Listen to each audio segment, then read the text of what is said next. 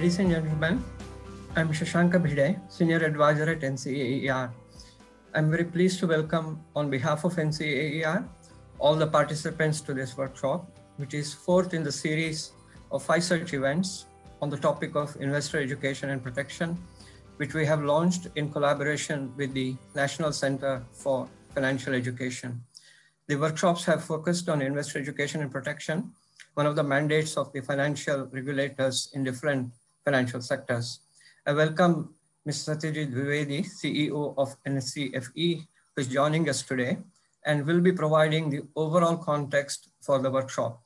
As one of the country's premier economic research institutes, NCAER is committed to contribute to evidence-based policies by the governments and civil society organizations and inform general public. At NCAER, the Investor Education and Protection Fund Chair, supported by the Investor Education and Protection Fund Authority of India, is the main organizer of this event. Dr. Krishnan, IEPF Chair Professor, is the spirit behind this initiative on behalf of NCAER. The unit focuses on research on contemporary issues related to investor education and protection. It analyzes, reviews, and the economic, legal, and regulatory issues that are at the root of problems and opportunities. Additionally, the research unit aims to develop knowledge products, case studies, research articles, organizes workshops, conferences, seminars on issues related to this topic. This workshop series draws inspiration from the National Strategy for Financial Education for the next 5 years, 2020 to 2025, as it embodies the thinking of the financial sector regulators on investor education and protection. These objectives have to be implemented within the legal regulatory framework governing the sector. After a launch of this series by Dr. Shaktikant Das, Governor of RBI, we covered the securities market in the first workshop, insurance in the second, and pension funds in the third. The 2 workshops today and tomorrow will focus on payments and settlement systems and banking and credit directly regulated by the RBI. I welcome Mr. T. Ravi Shankar, Deputy Governor, RBI, has kindly agreed to be with us today to chair the proceedings after the initial context setting by Shri Dwivedi and the opening remarks by Professor Krishnan. Mr. Shankar has held at RBI the portfolio of payment and settlement systems and many other core operations of the country's financial system. We welcome Mr. Shankar. On behalf of NCAER, I would also like to welcome other distinguished speakers and panelists from whom we will learn about the issues that affect informed decisions by the investors and the financial system. Also welcome all other participants who are keen to both listen to the speakers and interact with them in the Q&A session. The end objective of this workshop series is to prepare a sectoral as well as consolidated action plan to implement the recommendations of the NCFE in the light of its findings on the Financial Literacy and Inclusion Survey of 2019. I'm sure there are also lessons learned from the worldwide experience of the COVID-19 pandemic. It's my pleasure now to request IEPF Chair Professor, Dr. Krishnan, to take the agenda of the workshop forward. So thank you, Dr. Krishnan. This is for you to take forward now. Thank you, Dr. Bhide, and very good morning, all of you. It's truly my pleasure to take over the next steps in the seminar from Dr. Bhide. For those of you who may not know, I'm sure it's only a very few who don't, Dr. Bhide is perhaps our longest serving senior academic in the National Council of Applied Economic Research.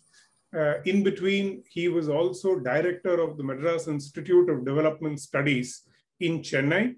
Again, those who are familiar with the RBI will immediately recognize that Dr. Bhide is now a member of the most important body, shall we say, in economic policy making in India, outside of the cabinet, the Monetary Policy Committee. Thank you, Dr. Bhide. Really appreciate your initial words of welcome.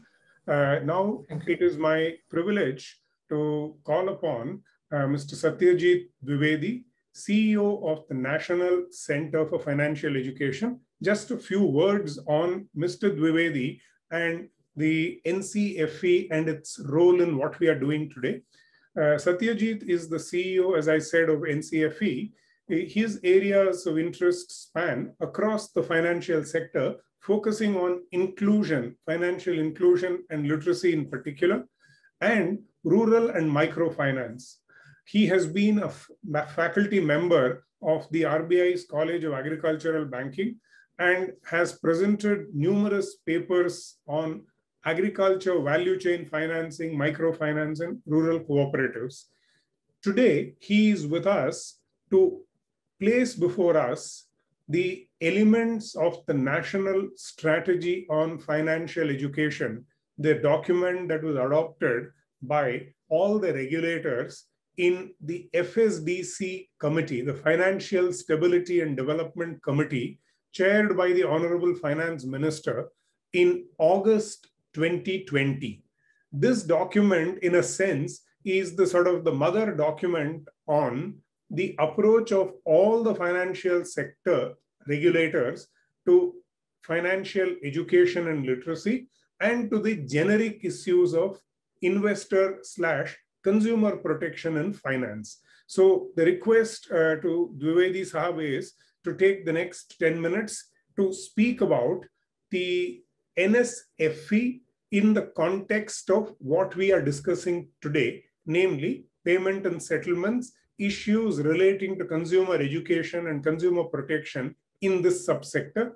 Welcome, Mr. Dwivedi, and over to you now. Thank you. Thank you, Dr. Krishnanji. Thank you, Shashank Bhide, the Senior Advisor, NCAR, and Dr. Krishnanji, the IAF Chair. At the outset, a big thank you to NCAIR for involving NCFE and recognizing NCFE as a partner of NCAIR in doing this series of 4 workshops with all the 4 sector regulators. Before I start, just a few lines about the NCFE. Of course, Dr. Krishnanji has very briefly touched upon that.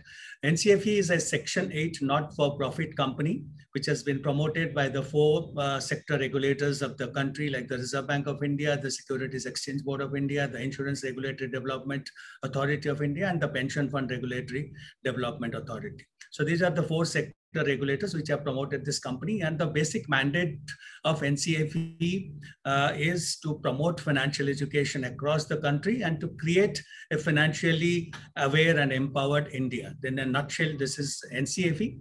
And coming to the NSFE, the National Strategy for Financial Education, Dr. Krishnanji has already said that this is a 5-year strategy from 2020 to 2025, which has been approved by the Financial Stability Development Council of India and the subcommittee of there's a subcommittee under that, the Technical Group on Financial Inclusion and Financial Literacy, which is headed by the Deputy Governor of Reserve Bank of India.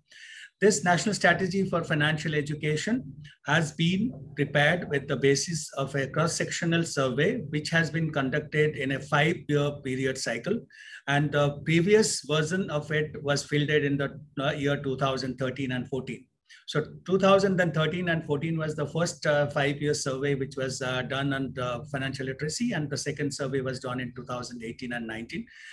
A cross-sectional survey covering about 75,000 respondents across the country, covering all the states in 14 languages.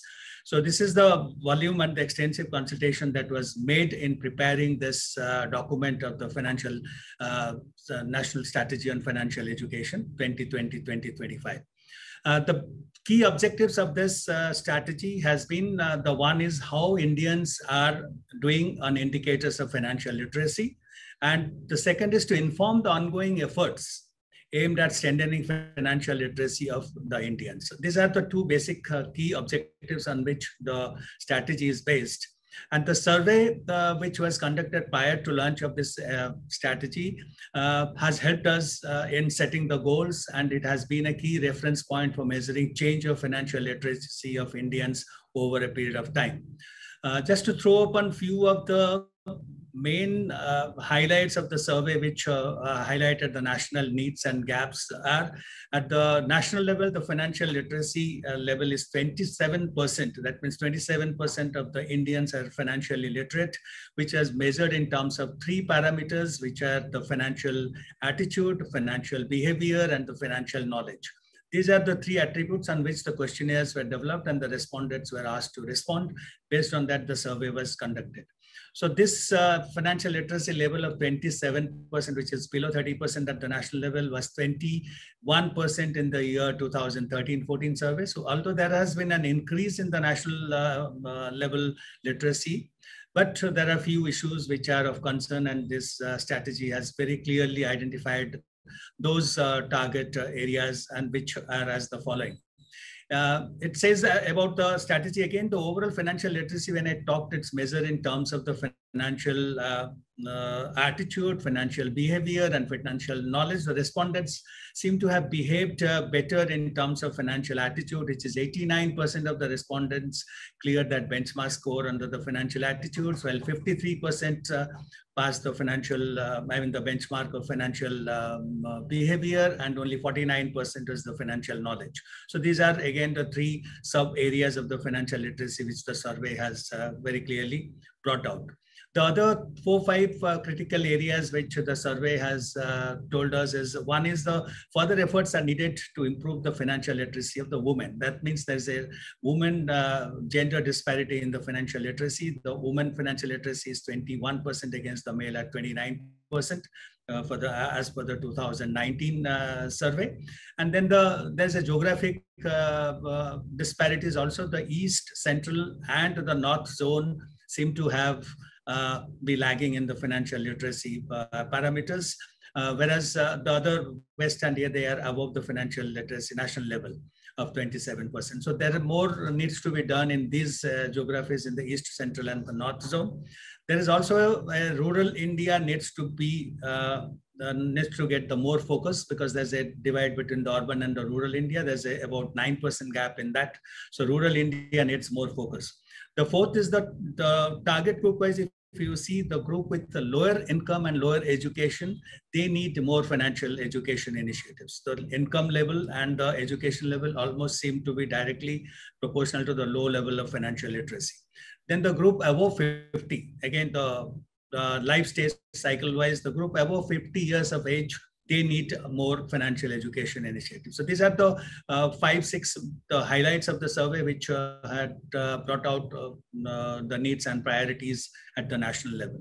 So what else the survey says? The survey as regards the payment and settlement, if I have to touch upon the cashless transaction, this also says that the findings in relation to almost 63% of the respondents are found to have indicated affirmation of using cashless transactions, 63% of the respondents, and which this prevalence of affirmation is maximum in Northeast, surprisingly 78%, followed by the South zone, which is as 77.8%, they seem to be using the cashless mode.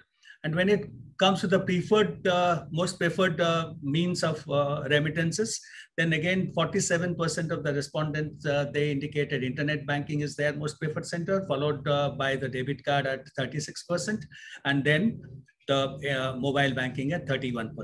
So this in the today's workshop, I think this will hold some relevance. This some of the background that I gave about the survey. And coming to the strategy part, the strategy is based on 2 dimensions. One is the dimension aspect, and the other is we have identified 5 critical C's on which the policy is mainly anchored.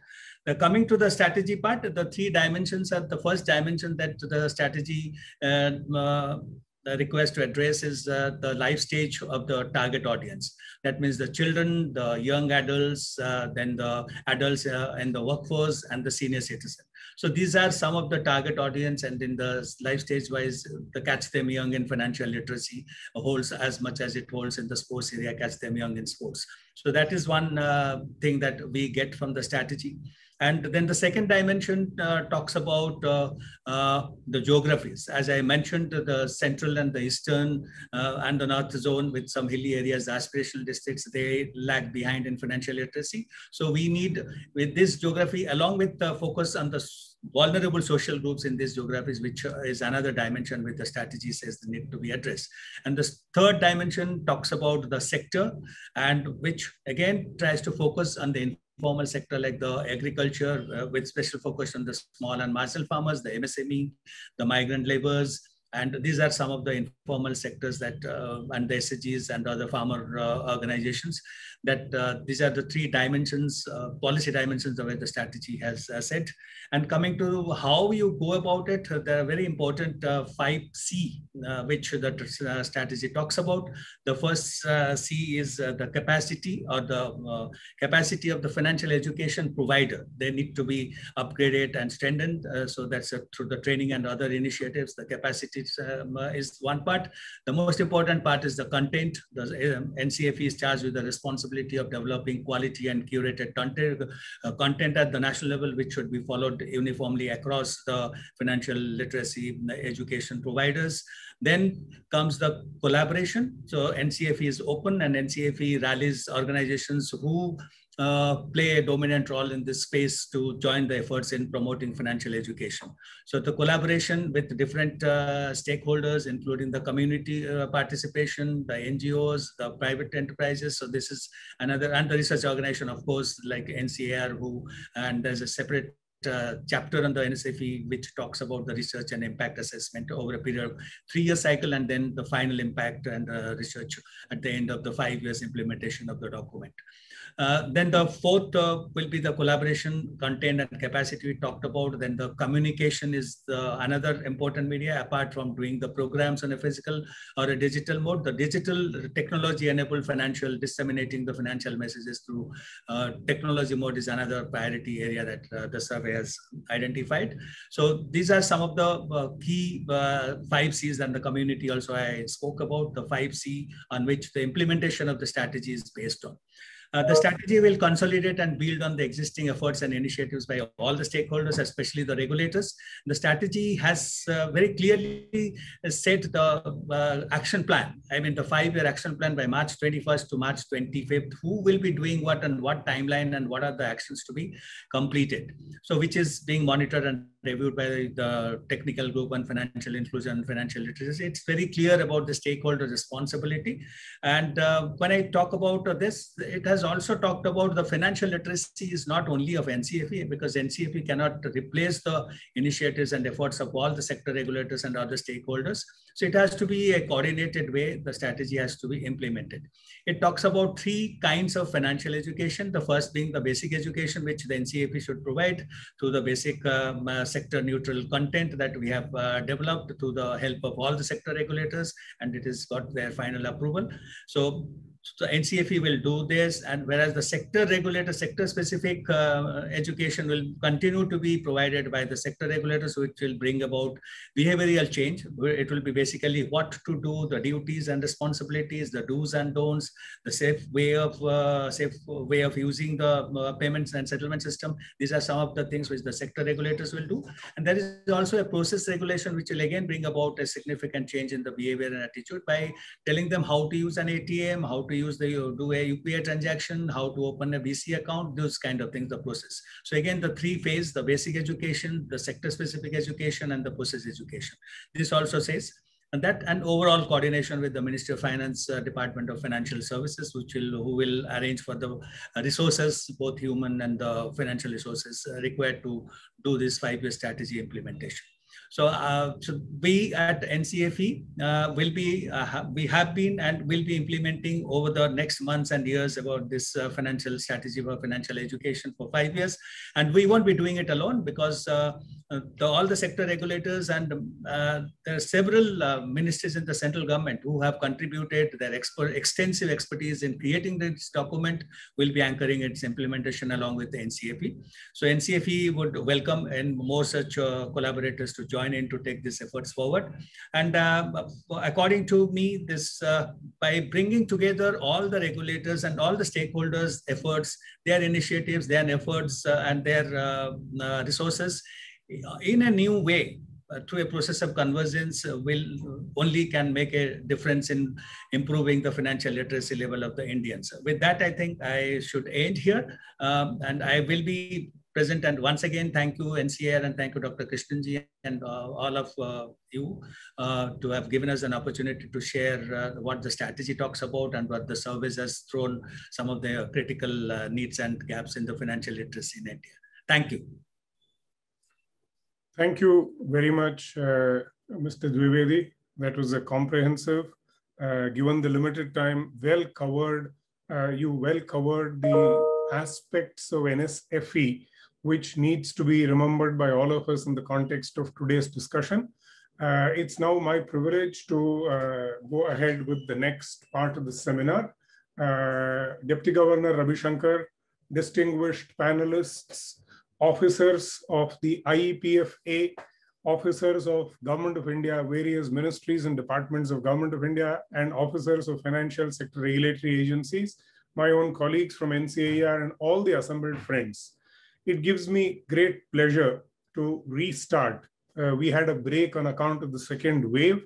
So it's really a pleasure to restart and welcome you all to the web-based workshop series of the IEPF unit of NCAER on consumer education and protection in the domain of finance. The thrust of the series, just to clarify, is on education and protection of investors in financial products as well as consumers of financial services. We all know, most of us being academics or experts or people in the area, that we are familiar with the fact that finance is characterized by market failures caused by asymmetric information, both types of externalities, positive and negative, market power, and the provision of public goods. Though information asymmetry is the predominant cause, the other three elements are also present in varying degrees in the provision of different financial services. Historically, and for good reasons, the finance domain forms a distinct and important subset of consumer protection in the generic sense. And it's, I think, in recognition of this, that the Companies Act 2013 has established a statutory IEPFA, Investor Education and Protection Fund Authority. The IEPFA chair of NCAER has chosen as its first activity a detailed and critical appraisal of the NSFE. It's not entirely a coincidence that we both, namely the chair, IEPF chair, and the NSFE, began our lives in August 2020. A critical and comprehensive examination of this document is the primary purpose of this series of workshops, with two ends in mind. Number one, promote further empirical research on the topic. And on this, I'm very happy to hear Satyajit opening and making an absolute sort of general invitation to all of us researchers to collaborate with NCFE on these topics. B, recommend measures for strengthening education and protection of the consumer of finance. And it is in this regard that I want to acknowledge the collaboration of the IEPFA and the NCFE in this series. Manoj Pandey, the CEO of IEPFA, Mr. Garg, chairman of NCFE, and his team led by Satyajit Dwivedi and all their colleagues, call for a special mention in this regard. Shashank sir mentioned the keynote address of Shaktikant Das, as well as the 3 webinars that we have already carried out in this series.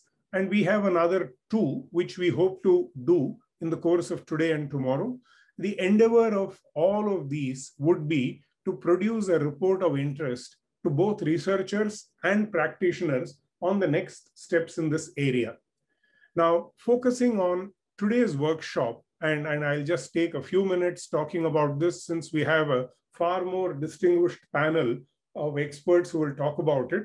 Within the financial sector, the pace of change has probably been the fastest in payments, which is being unbundled from the traditional banking services, and this is happening across the world. Technologies like the Unified Payments Interface, the UPI, as well as the exogenous factors of recent times like COVID-19 have accelerated this trend in India also. With increased adoption of digital payments, risks of new users falling prey to various forms of online practices, some purely on account of ignorance and many on account of misdemeanors, have clearly increased. It's to safeguard consumer interest that the RBI has ramped up the supervision capacity with system audit reports, what they call SARs, of authorized payment service operators and Central Payments Fraud Information Registry. Consumer grievance redressal system has also been bolstered with the Ombudsman scheme for digital transactions, for non-bank PPIs, and harmonization of what is called TAT, the turnaround time, and customer compensation for failed transactions in ATMs, UPI, IMPS, PPIs, and card payments. I'm sorry for this soup of alphabets in the form of acronyms. This is something we've learned to live with in this new emerging world of finance. Moreover, a phased approach to implementing ODR, online dispute resolution, across various payment systems is also being considered. RBI is also focused on improving customer convenience by improving upon existing payment facilities such as increased availability of RTGS, enhanced transaction limits for contactless payments with NFC cards, and by streamlining the whole business of QR code infrastructure. There are many other things like increasing competition through the new umbrella entity, but suffice it to say that there is a lot of action of regulatory and policy kind that we are seeing in this sphere. Now, pointedly, I thought, and this is my personal view, there are 5 questions which we could be focusing upon today. Number 1, given the natural tendency of convergence of various financial services, especially over fintech platforms, what are the consumer protection issues that arise in payments and settlement? And are these unique, or are they mostly general concerns across all financial services and fintech ecosystems? Number 2, with the new age technology firms playing an increasing role in retail payments, how might regulators adopt their regulatory and supervisory stance to facilitate consumer-friendly innovations while ensuring systemic stability? Should financial regulators begin to regulate technology firms in the payment ecosystem to ensure consumer protection? Should financial consumer protection attempt try to address privacy concerns in the absence of a data protection law? Third, has concentration risk in retail payments been adequately addressed with the NUE framework? Are ex-ante limits on market share of third-party apps the most appropriate way to address concentration risk on payment systems? Fourth, what are the implications of waiver of charges such as MDR, NEFT, RTGS charges, etc., on business models of payment firms? Are they likely to have medium or long-term consequences deleterious for the consumers in the payments ecosystem? Fifth and last, has the institutional framework for consumer redressal kept pace with the improvements in consumer convenience in the payments ecosystem? How can an online dispute resolution system, namely the ODR, be better managed at the back end to improve user friendliness and efficiency? Now, it gives me great pleasure to welcome you all to the webinar focusing on some of the issues that I have outlined and many more that will come up, but all focused on payment systems and related sort of subsystems. We have with us today a diverse set of stakeholders who will help us focus attention on all the dimensions of this subject and provide guidance on the way forward. The discussions will be chaired by Ravi Shankar, Deputy Governor, RBI. To begin the proceedings, I will now request Pratik Datta to present the issues for discussion as seen by a scholar researcher who has been following these issues for a long time. Now, before I introduce Pratik and call upon him, a quick announcement on some rules of procedure for conduct of today's proceedings. Each panelist will speak for about 10 minutes. I think one or two have presentations. All of these will be 10 minutes each. I will indicate to them when their time is about to get over, and we will probably inform them through the chat box so as not to disturb the audience. After all the panelists have spoken, we have kept aside 30 minutes for Q&A. To ensure that we do it efficiently, we'll do this through the Q&A box, the chat box that has been set up. All those who have questions, kindly send them in the chat box, indicating if you have a person in mind to answer this. Panelists are requested to take a look at these questions and be ready to respond to these that pertain to them or that they would be interested in. And Raviji, we will note the questions that are addressed to you and collectively inform that lot to you. Pratik, to introduce our key presenter of issues today, is currently a senior research fellow at Shardul Amarchand Mangaldas and Company, an Indian law firm that needs no introduction. His short tryst with conventional legal practice motivated him to pursue an interdisciplinary career in public policy focused primarily on the financial sector. As a researcher at NIPFP, the National Institute of Public Finance and Policy, he regularly published research papers and also advised various government ministries, regulators, and expert committees in formulating financial laws, regulations, and policies. His research interests involve interactions of law, economics, and democratic institutions. He completed his 5-year LLB honors from NUJS Kolkata and an MSc in Law and Finance from the University of Oxford as a Chevening Wiedenfeld Hoffman Scholar. Pratik, it's my privilege to welcome you. You have about 20 minutes to speak about issues in investor education and protection in payment and settlement systems. Over to you, and your 20 minutes starts now.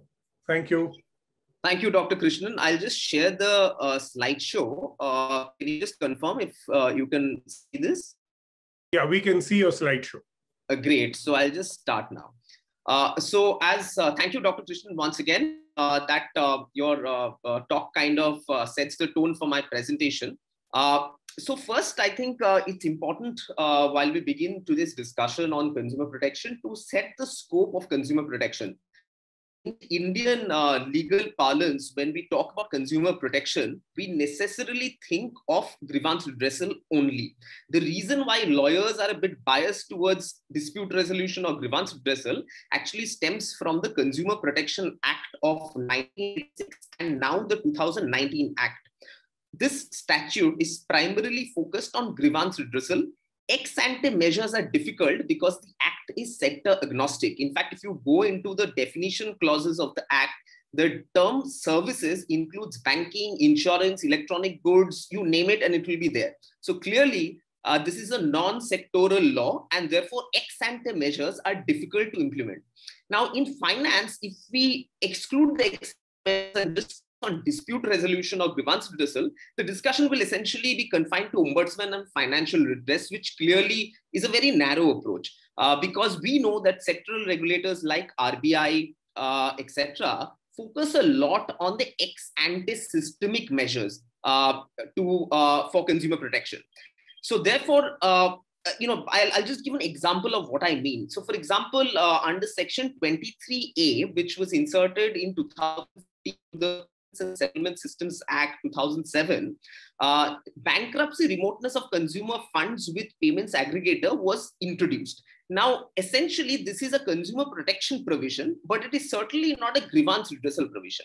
So there are such ex-ante systemic measures that determine a lot of the design of the legal system in India as far as financial consumer protection is concerned. And that is not a part of grievance redressal. So in this presentation, I will focus on both the ex-ante systemic measures as well as grievance redressal.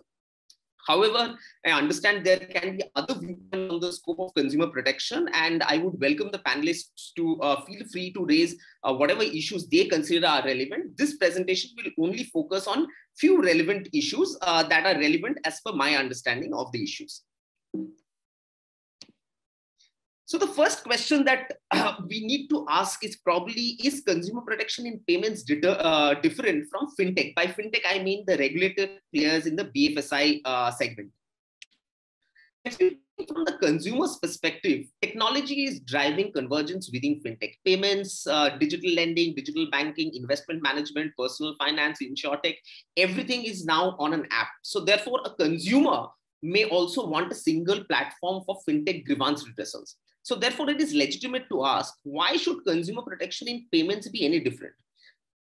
Now, to answer this, I will kind of crudely differentiate between some front-end features and the back-end institutions. By front-end, essentially means features that the consumer has to interact with. All other features of fintech institutions and regulatory systems are at the back-end that the consumer need not even know about. Now, consumer protection in payments relies a lot on back-end clearing and settlement institutions. For example, take something as simple as reversal of a failed transaction. Now, this is something where at the front end, the TAT, the turnaround time for a reversal to happen is very critical for a consumer. But this really depends a lot on the back-end infrastructure for clearing and settlement. So there may be a lot of front-end features whose efficiency is determined ultimately by the efficiency of the back-end institutional arrangement. So when we talk about convergence, we are not obviously talking about convergence of the back-end institutional arrangements, which will differ from sector to sector. But when we talk about convergence, what is relevant for the consumers are convergence of the front-end features. And by front-end features, I will focus mainly on grievance redressal and financial literacy. Now, as Krishnan pointed out, there is a market failure in this space which justifies state intervention in grievance redressal and financial literacy. The reason being, if you have a perfectly working grievance redressal and financial literacy system, that creates a lot of positive externalities, but none of the individual private players would be able to capture the benefits of that, although each one of them will benefit from it. In a sense, these goods are non-excludable and non-rival. In public goods, the state has an interest in providing for grievance redressal and financial literacy. So market forces along with technology is driving front-end convergence, but still the state has a role to play in grievance redressal and financial literacy. However, as I'll point out, the consumer protection laws currently do not recognize this trend of convergence as far as the state intervention in grievance redressal and financial literacy is concerned. Now, consumer protection provisions in India are embedded, as we know, in various sectoral laws. If you take the sectoral laws like Insurance Act 1938, SEBI Act of 1992, Payments and Settlements Act of 2007, PFRDA of 2013, and obviously the banking laws. Now, these laws were designed primarily for the unique back-end institutional systems or structures for each sector. They were never really designed consciously for front-end convergence to benefit financial consumers. And this has been the case across the world, not just in India. However, what we see now happening globally is a convergence as far as the front-end features are concerned, essentially financial literacy. So take the example from Canada, the Financial Consumers Agency Act of 2001. Now, I'll just quote you the section 2 of this statute, which lays down the purpose of this act. So it says the purpose of this act is to ensure that financial institutions, external complaints bodies, and payments card network operators are super by an agency of the government of Canada, so as to contribute to the protection of consumers of financial products and services and the public, including by strengthening the financial literacy of Canadians. So essentially, Canada has come up with a dedicated legislation to handle the front end aspects of consumer protection. Similarly, the US Dodd-Frank Act in Title 10 creates the Consumer Financial Protection Bureau, the CFPB. CFPB ensures that federal consumer financial laws so that consumers may access markets for financial products and so that these markets are fair, transparent, and competitive. Now, in this backdrop, a question that is worth asking is, do we need a Financial Consumer Protection Act for India, which will specifically deal with financial literacy and grievance redressal across the financial system, not just across sectors separately? Now, this is a larger question, which I'll pose for the panel for further discussion, and we can discuss the details subsequently. Now, moving on, the next question that ought to be asked as far as payments regulation is concerned is, where does payments end and where does tech and commerce begin? So let me just give you a bit of a legal context. In 2009, RBI came up with the intermediaries directions, whereby it primarily regulated the intermediary collecting consumer funds in payments. These were the payments aggregators. It also acknowledged the technology players, the payments gateways, and the e-commerce platforms.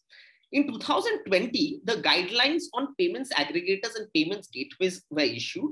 It again clearly differentiates between PAs and PGs based on whether they collect customer funds or not. So PAs, as in payment aggregators, are the ones which collects the customer funds and therefore are subject to higher degree of regulation. So this guideline formally applies to PAs, and the guidelines have only recommendatory value to the PGs as far as the baseline's technology is concerned. However, interestingly, it also directly regulates the merchants. Merchants are prohibited from storing customer card data. Now, this comes from clause 7.4 of the 2020 guidelines. Now, this is the direct regulation on merchants, or rather the direct ban or prohibition on the merchants, is over and above certain other safeguards in the regulations. So, for example, the PA, that is the payment aggregator, is responsible to ensure that the merchant infrastructure complies with data security standards. And in case of breach of consumer card data due to failure of the PA, the capital requirement on the PA could be used to ensure that pecuniary sanctions can be effectively imposed on the PA to compensate consumers. But even then, the regulator has gone on to impose a prohibition on the merchants. Now, there are genuine concerns here. Just because a player is not technically a financial market player does not mean that it does not pose risks to financial consumers in that market. However, traditionally, the way our laws are structured is that a financial regulator only regulates financial players, and therefore this raises the question that should financial consumer protection extend to directly regulating non-financial players? And the second question also that arises here is that should financial consumer protection address privacy concerns in the absence of PDP? Because the storing of consumer card data will also have privacy implications. There are other two issues also here. So one is that this particular ban seems to affect only the cards, but not the other payment systems. Now, this can be seen as a breach of the technology neutral requirement that is expected of financial consumer regulations under principles like the OECD financial protection principle, which requires that financial consumer protection rules are technology neutral. And in this context, it is particularly important because this problem could have been probably been solved by the technology of tokenization, which essentially masks the customer card data with the same characteristics, same length of other characteristics. And in spite of that technology, does it make sense to impose a ban which is clearly not technologically neutral? So these are questions that we could probably request the panel to consider. The next issue would be, should consumer protection in payments extend to price control? Now, to put context, in the budget speech of 2019, it was proposed that businesses with annual turnover above 50 crore should offer digital payment options, and no MDR, that is merchant discount rate, which is payable by the merchant to the acquiring bank, shall be payable for such digital payment options to improve digital payment penetration. Now, accordingly, the Finance Act 2019 amended the Income Tax Act as well as the Payments and Settlements Act to enforce this provision in the budget. And Rule 119AA of the income tax rules provides for this prescribed electronic modes, that is the RuPay debit card, the Bhim UPI app, and the UPI QR code. Now, therefore, what was the impact of this change? The impact was that PAs and PGs could not charge MDR from merchants processing payments using these modes of payment.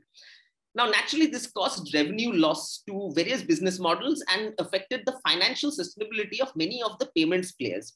In turn, this affected the valuations of startups in this space, which in turn would naturally have consequences on the investment that the sector would attract, subsequent innovation, and therefore. But however, obviously, these are long-term effects which are not easily visible. So in the short run, such waiver or price control could have immediate consumer benefit at the cost of long-term market distortion, hurting competition and consumer welfare. Therefore, in this context, a question that ought to be asked is, should financial consumer protection regulations extend to price control or fee waiver? Or should such fees be left to be determined by market forces? Now, I just also want to pose a counter example. There may be certain cases where the regulator may want to reduce the charges. For example, if you take the international remittances, there is a genuine concern that the charges are too high. The question is, how should the regulator go about addressing this issue, which is clearly a consumer protection issue because the charges are going to directly impact the consumers. If you look at the UK Payment Services regulations of 2017, they have a provision which requires the charges to be proportionate to the costs incurred. Now, that's a general principle, which you may say is a regulation on charges, but at the same time, it is not actually waiving of charges or controlling prices as we understand from the MDR example. Again, these are questions that we could discuss later. The next issue is how to address payment market concentration. This because, as we all know, concentration of risks is a unique problem in payments given the network's effect. In 2016, the Wattal Committee set up by Ministry of Finance identified this issue, and it suggested that the NPCI shareholding should be diversified to include non-banks, because NPCI is the sole player in this market. So it suggested that NPCI be classified as a critical payment infrastructure company, and no legal restriction should be imposed on how many CPICs or critical payment infrastructure companies are there in the market. And this was proposed to be in retail payments so as to reduce concentration of risks. Now, in 2020, RBI invited applications for a new umbrella entity, which are essentially the same as the CPIC for retail payments. Now, this was a great approach to address the issue of concentration of risk by enhancing competition. Now, contrast this approach with the approach being taken to address concentration risk for UPIs, for third-party apps within the UPI system. Now, this graph gives you a sense of the fact that two players in the UPI system had garnered a lot of market share, around 40% over the last 5 years. Now, this was deemed to be a concentration issue, and that led to the NPCI issuing the volume cap circular, where it required the payments players to ensure that total volume of transactions through third-party apps shall not exceed 30% of the overall volume of UPI transactions during preceding 3 months on rolling basis. Subsequently, there was a standard operating procedure also brought in with a detailed provision. Now, the question that this raises is whether such ex-ante caps on market share is the most appropriate way of addressing concentration in payments market, and how does it really affect innovation and consumer choice?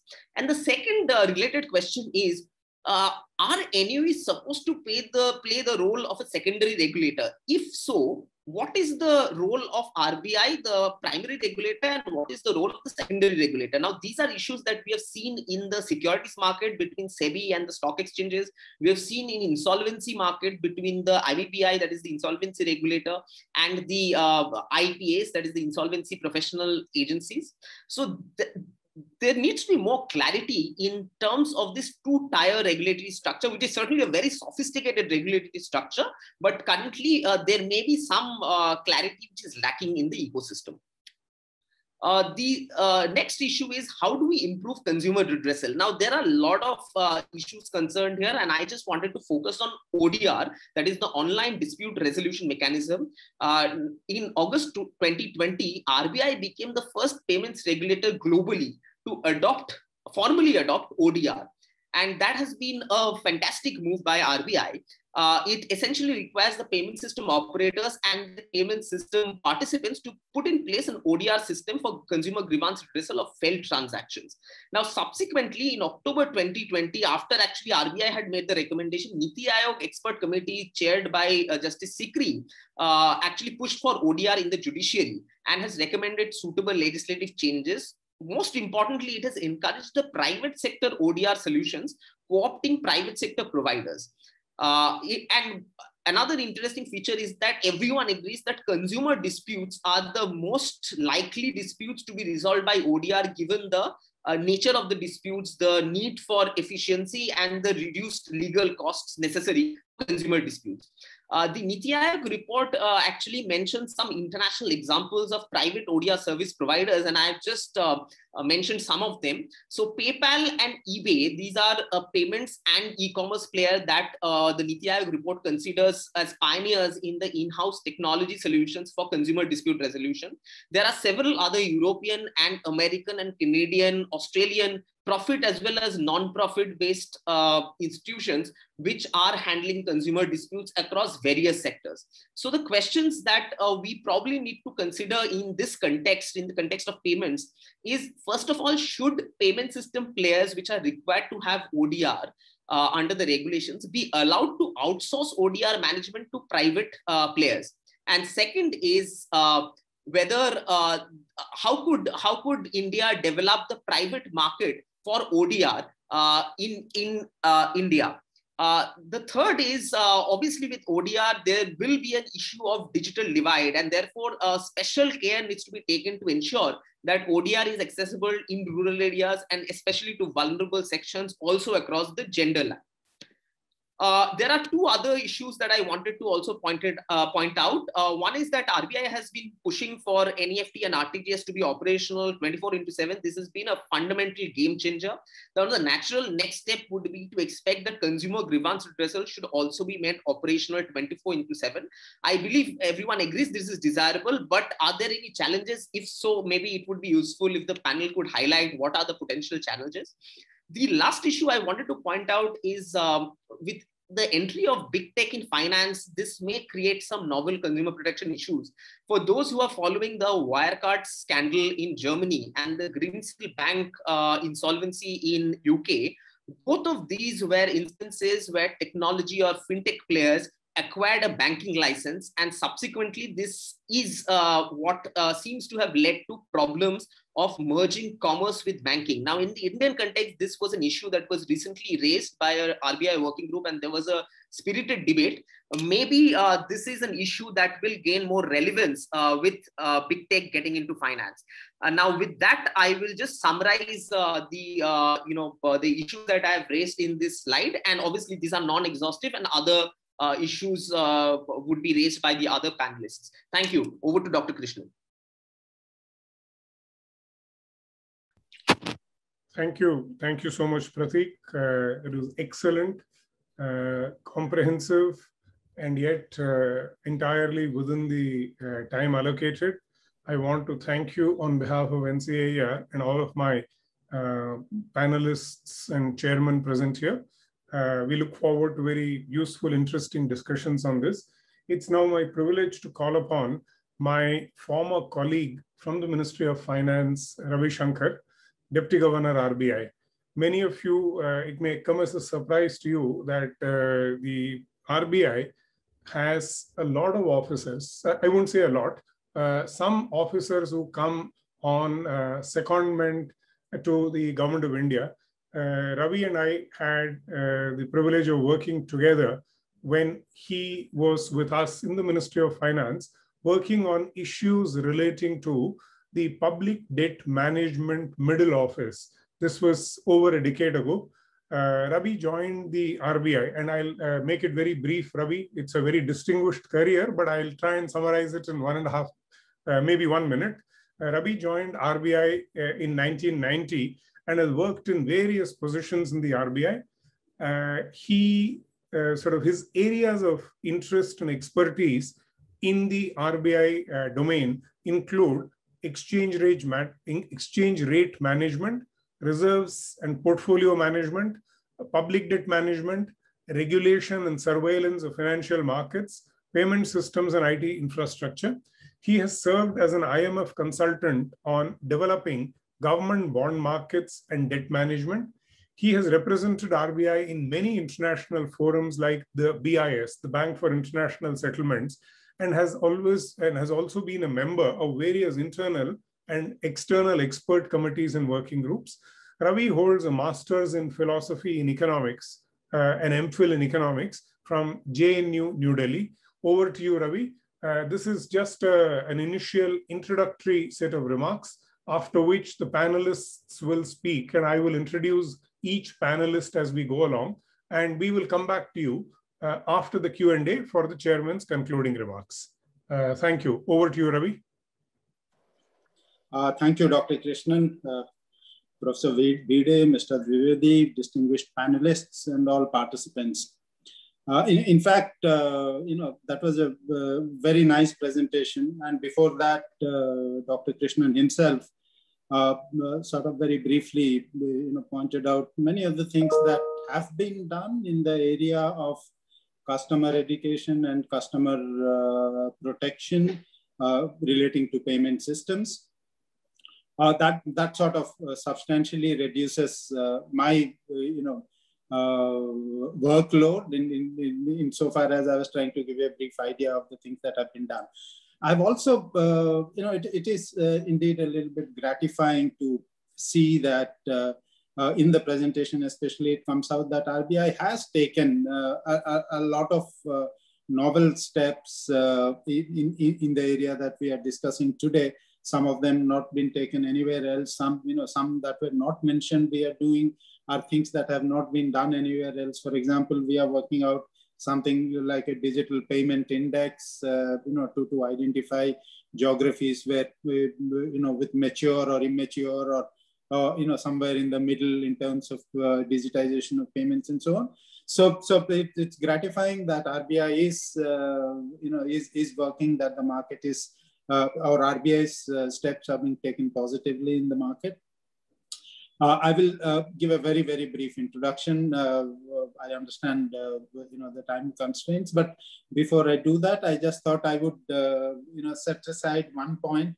In the interest of free debate, let me clarify that what we speak, me or the other panelists, while it would obviously reflect our, background and our work experience, and in some sense, the organizations that we all work for, these, should not be taken as reflecting the official views of the respective organizations. I think in the interest of a free and frank debate, that is something that I would expect all participants to respect. Briefly, I will just set the tone for what, for the substantive discussion of issues by the participants. Just a bit of background. Payments, along with deposit taking and credit creation, is one of the three fundamental banking functions. It is easy to get carried away with all the talk about cards, wallets, gateways, and aggregators, and so on. But it would help to remember that all non-cash payments are essentially a transfer of money from one bank account to another bank account. So all digital innovations are, in a sense, digital payment innovations are, in a sense, banking innovations, in that they all revolve around payments that finally happen through banks. It is, if you come to think about it, it is actually not so difficult, if you are willing to have an open mind, to conceptualize UPI. We all know how UPI works. but one could also conceptualize UPI, the premier innovation of our times, to function just as effectively if it involved only banks and no one else. It is possible. So this bit of, this bit of unexpected advice is my way of telling you that attempts to view delivery solutions, customer experience, and regulations in the payment space distinctly from other banking functions such as lending is likely to lead to suboptimal solutions. For all payments issues, therefore, this means talk of replacing banks, for example, you would read many articles if you think about neo-banking and so on. Talk of replacing banks is at best premature.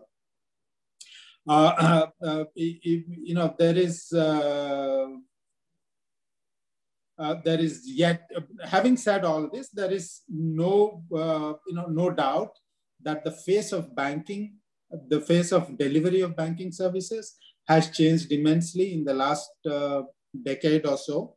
To be sure, there are important corollary services, largely in the area of communications and processing of information, where technology can be leveraged and technology is being leveraged. That has helped in democratizing finance by extending access and reducing the cost of access in ways unimaginable, till a few years back.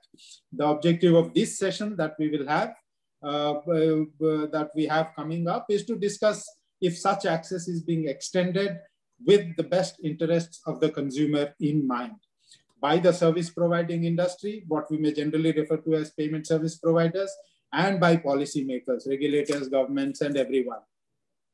Are consumers aware of the services on offer? Do they understand the risks in using the associated technology? These are issues in consumer education. Are they being reasonably charged for services? Is their constitutional right to privacy being scrupulously ensured by all agencies? Are they being deprived by other agencies of the monetary value of their information? This is an issue that doesn't get discussed very much. Does the system provide consumers with the mechanism to protect their interests ex ante and provide redressal options ex post? These are some of the questions that our carefully curated panel, and there are other questions, those 5 questions that Dr. Krishnan has raised and the issues Pratik has highlighted. These would be what would be discussed by our carefully curated panel. Thanks to Dr. Krishnan. It's a beautiful, very, very, very highly knowledgeable panel, eminent in their respective fields. They will try to discuss. If Dr. Krishnan permits me, I would start off the debate by asking Samir Nigam, founder of PhonePe, to talk, obviously understands the issues, talk about the issues relevant from his point of view, but it would be, I would request him, if time permits for him, to focus on the role of large service providers in educating customers, key to developing the catchment area for business, in fact, if you think about it, and consumer protection. And secondly, a bit about the role of pricing and the nature of pricing in ensuring consumer protection. Over to you, Mr. Nigam. Ravi, just yes, for 1 minute to introduce Samir fully, if you permit. Yes, yes, please. Samir is the founder of a UPI-based online payment system, PhonePe. All of you know him better than I, which was founded in December 2015. In 2016, PhonePe was acquired by Flipkart to expand their online shopping footprint in the country. Samir continues to lead PhonePe as its CEO. Prior to that, he had founded a social media distribution channel called Mime360.com, which was also later acquired by Flipkart. Samir completed his undergrad degree in computer engineering from University of Mumbai. After that, he went to the University of Arizona for an MS in computer sciences, and then went to Wharton for an MBA in entrepreneurship program. He certainly is one person who has lived what he has studied. Over to you, Samir. Look forward to your presentation. Thank you. Thank you so much, sir. Really appreciate the opportunity to be here.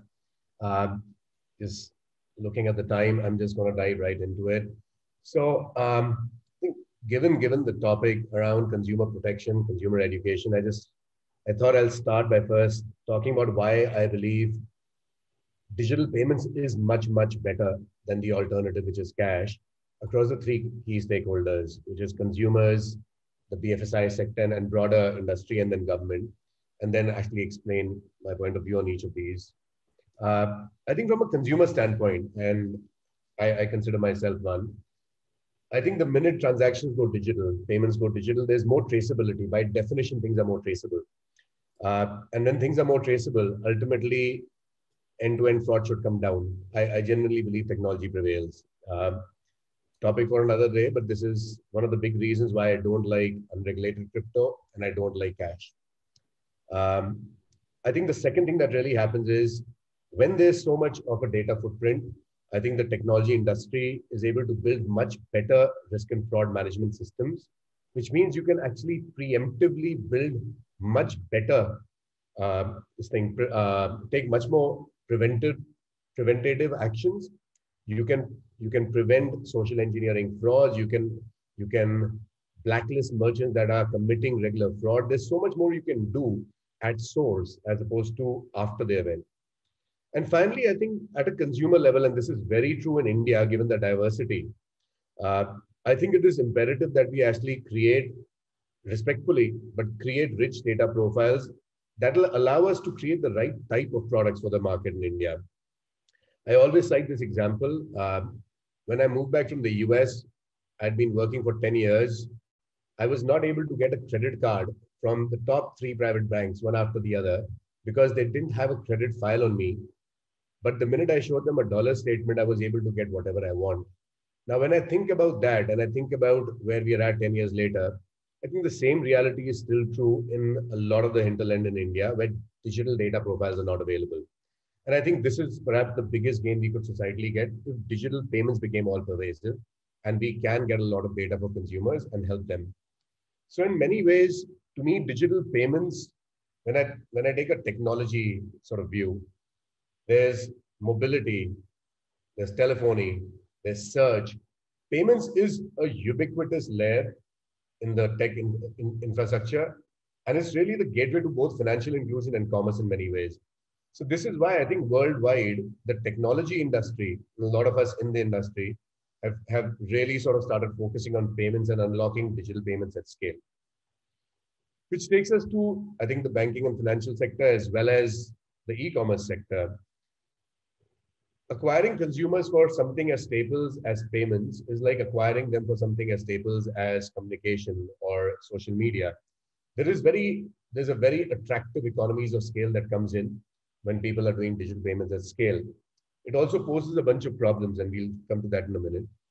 But when you have this much data, you can also have a positive virtuous effect by having much better targeting and keeping those same customers engaged. It's not an infrequent transaction. So on PhonePe, for example, we see over 100 million users every month, and they come 30 to 40 times a month. It's a very, very different level of interaction than what I saw in my past stint at a Flipkart, where people shop online maybe 4 or 5 times a month, and that's during a pandemic. And I think the third, which is critical for the financial inclusion vision, I think is the fact that when you go fully digital with payments, the rest of the financial services follow. Now, this is already proven out in various geographies. Paperwork is slow, agents are expensive, and in a market as big as India, digital payments and the data trail it creates will allow for proliferation of small ticket, massy financial products to follow. I think the third key stakeholder, obviously, on the policy side, the government and the regulators.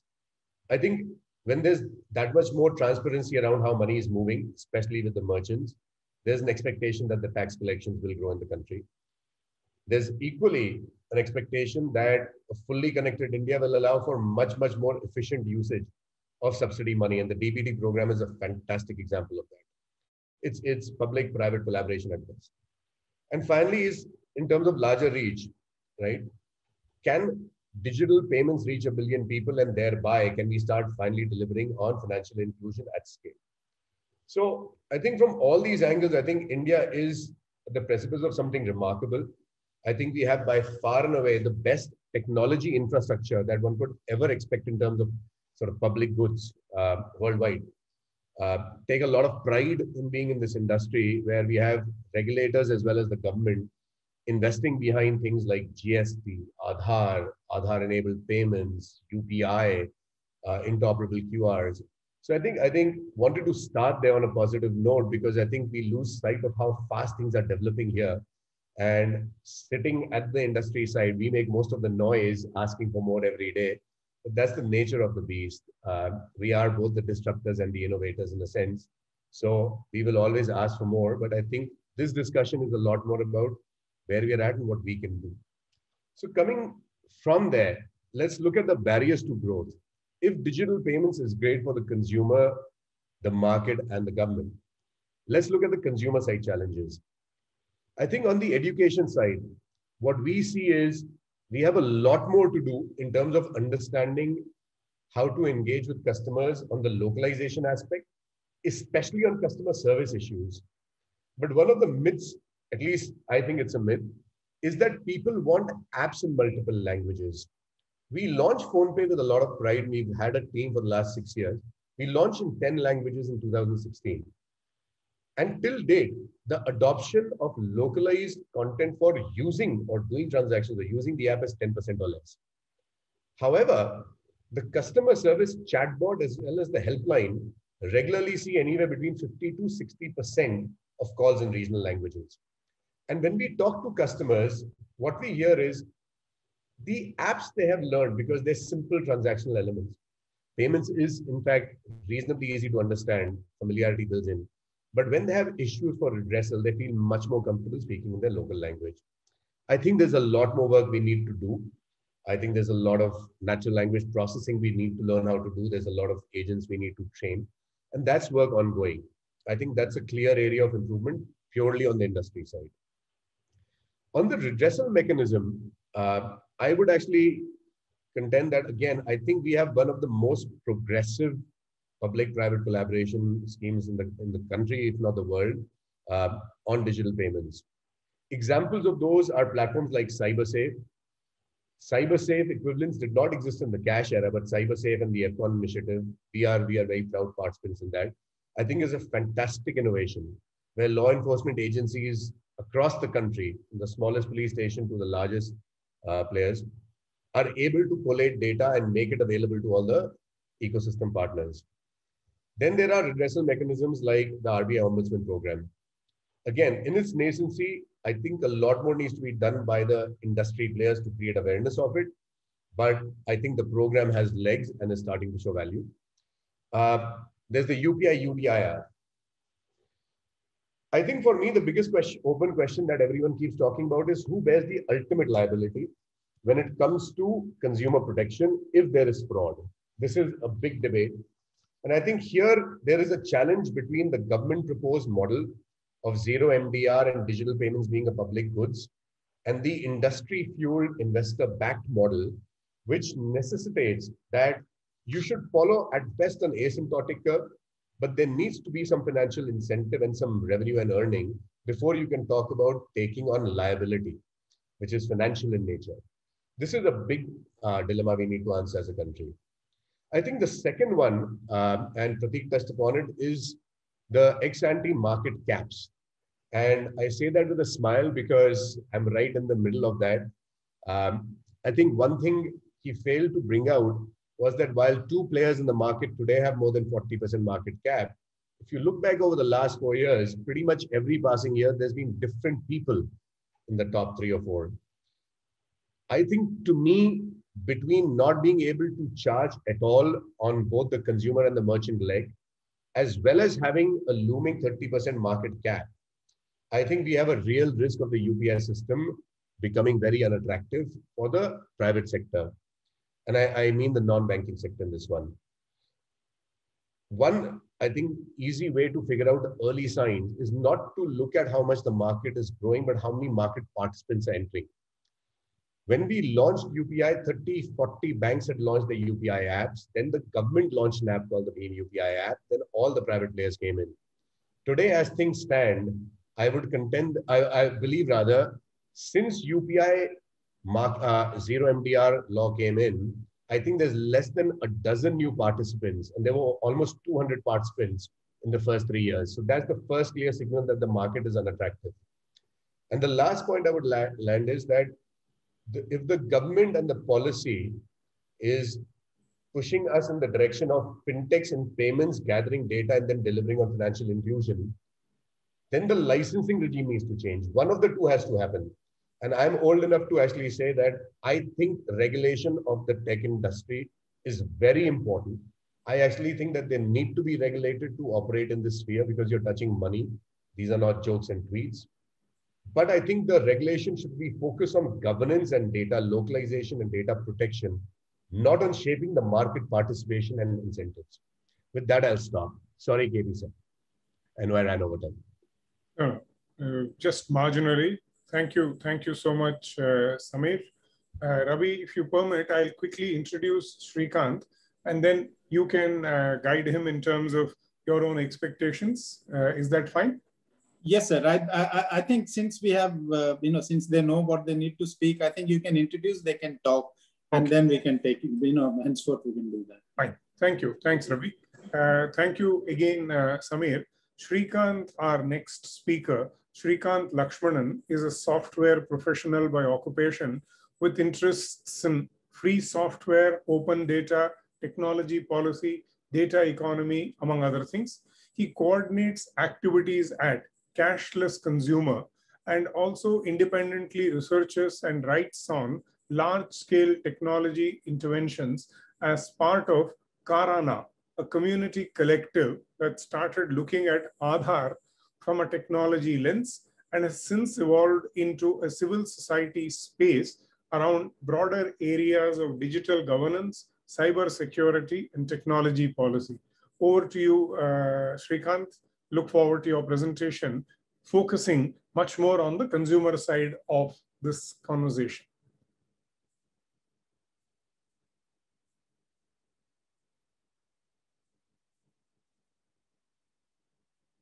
Srikanth, you're muted.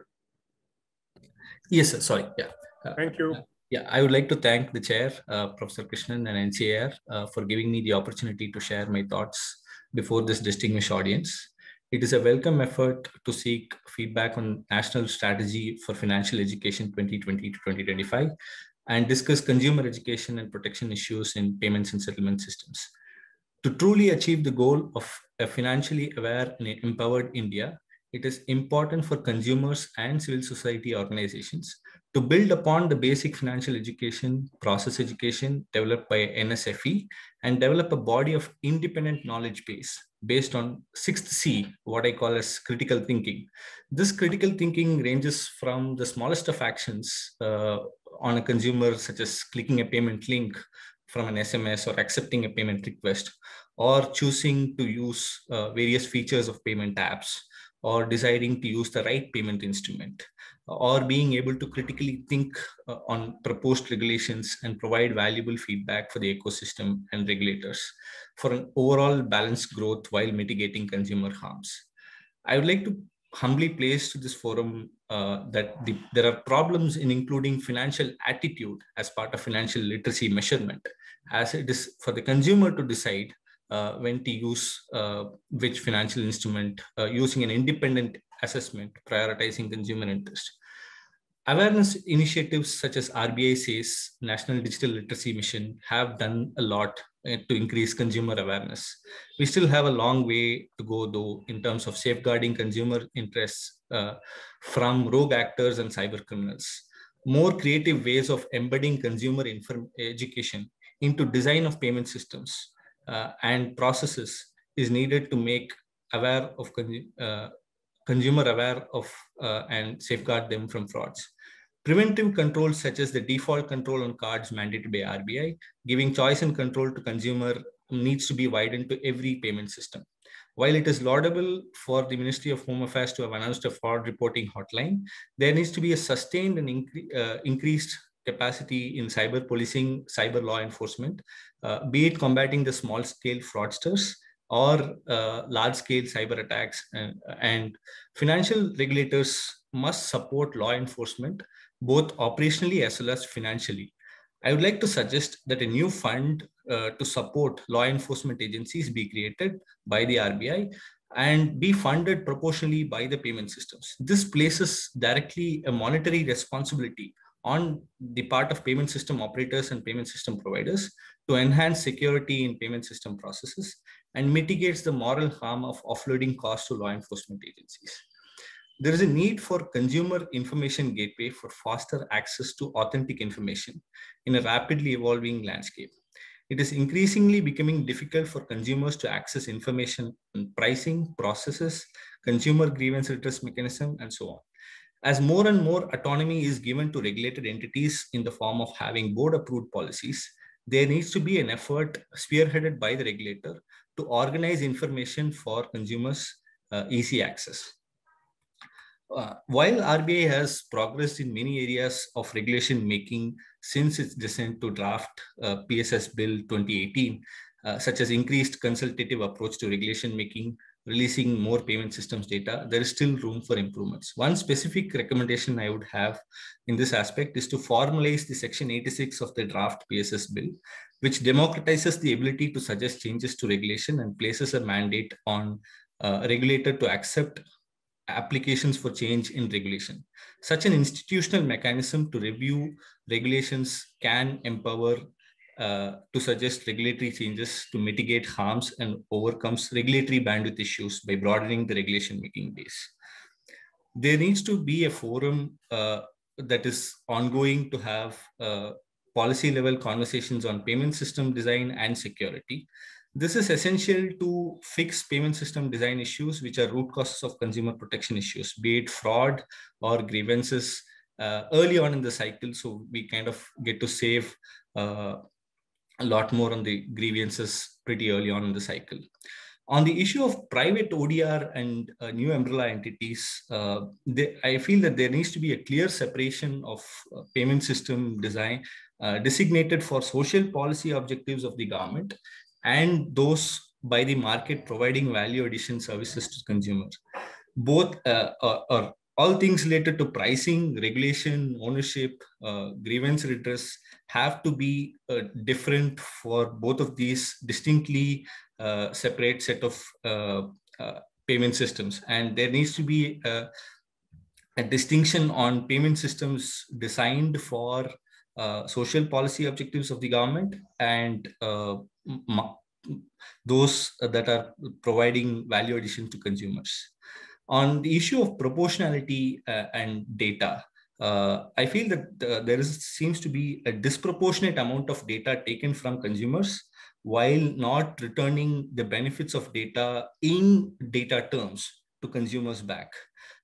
There is an active need for adversarial data from the regulator, payment system operators, and payment system providers.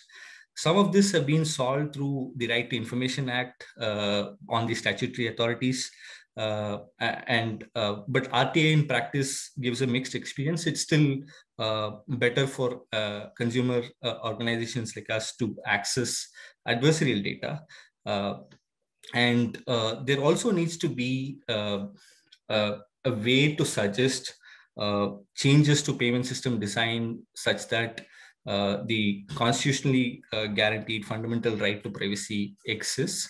And this could be solved in two ways, as either by creating laws such that it passes the Puttaswamy test, or to modify the design of payment system itself to build in privacy protections. Yeah. And yeah, that is all I have. Yeah.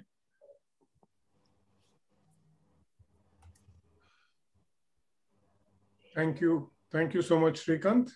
Appreciate your very concise yet focused intervention on the consumer side of this conversation. Thank you very much. It is now my privilege to call upon Naveen Surya, who is a distinguished name in the digital and retail payments system and fintech industry in the country. He's Chairman Emeritus of the Payments Council of India, PCI. Additionally, He is a member of the Innovation Council of the NPCI, the National Payment Corporation of India.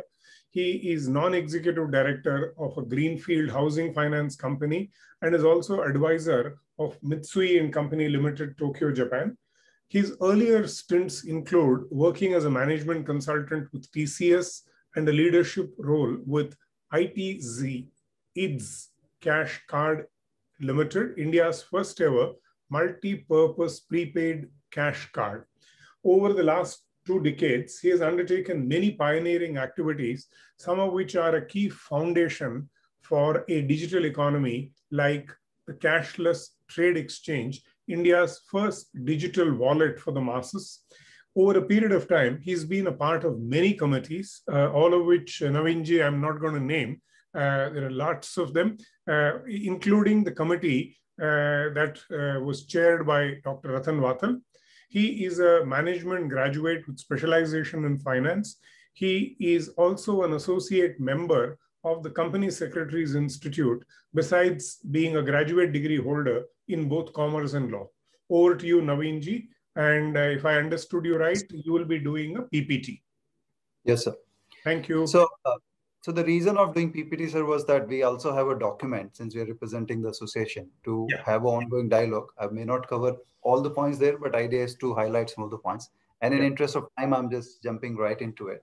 So broadly, I'll be covering about 4 key points. One, how does the RBI's vision statement itself has completely centered elements around customer protection, and how in such a short period of time, this industry has achieved remarkable feats, remarkable achievements, and still taking consumer, let's say, protection at the heart. We're going to talk about, as Pratik also asked, that do we have adequate policy and a regulation for consumer protection in the payment systems. We're also going to talk about what an industry role could be, what they have been doing, what could be done better. And that's where probably we will take even NCFE's offer to work more closely and achieve the objectives of consumer education as well as protection. And we'll also be talking about what are some ideas that we could help implement, just as a suggestion, and some other points which Pratik had highlighted, some of those questions. So fundamentally, sir, we are all focused ultimately on driving a less cash economy and focusing on, as RBI vision states, that how do we empower exceptional e-payment experience for everybody in the country. And if you look at the vision itself, it very clearly focuses on elements like access, which is seamless choice for everybody to own a payment option, which is digital. Safety and security has always been a hallmark. I think every time a new regulation comes, we remember the number of discussion debate we have, that whether it's safe for the customer and how secure is the process. And the challenge always is that how do you now balance safety, security, along with convenience, quick, and the finally affordable. Of course, affordable, as Samir has already made some point that here in this case, it's not just affordable, it's free in many cases. So we're going to talk about that. I would just highlight that, which probably has not been talked so far, that the industry is about just 2 decades old. The first decade was largely without the regulation. It's only the Payment and Settlement System Act, which actually came in 2007 as a bill, eventually started getting implemented from 2011 onwards, with multiple guidelines for the sector, opening up the sector for non-bank. But if you see today in such a short period of time, it's the fastest growing, and it has created a very large ecosystem, and probably across the BFSI segment, this would be undisputed leader in terms of innovation and the speed. I think over 160 entities are licensed, both bank and non-bank. That's the size of the ecosystem who are licensed and working actively to drive agenda of less cash. I think in such a short period of about 20 years, the paper transactions in a retail has already been reduced to kind of less than 10%, which were dominant. We have already covered population to the extent of 20%. So probably next to banking, this will be the sector of a payment which has the largest coverage within financial services.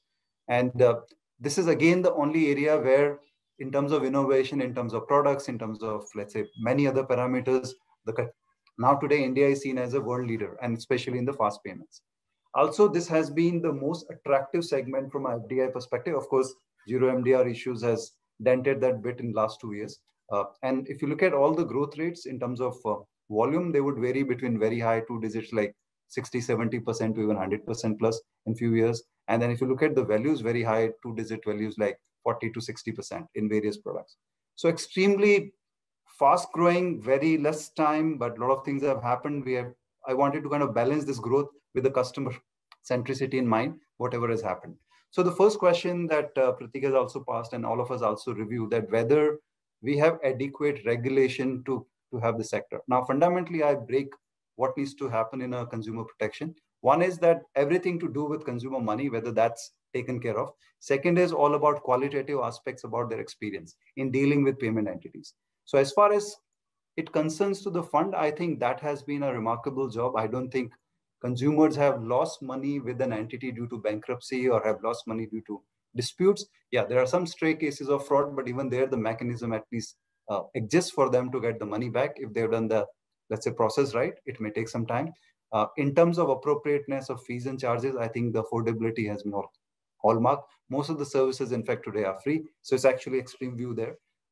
On the other hand, what we're looking at is the service quality now, because the fundamental pillars are already in place. All the policies for each of these aspects is in place.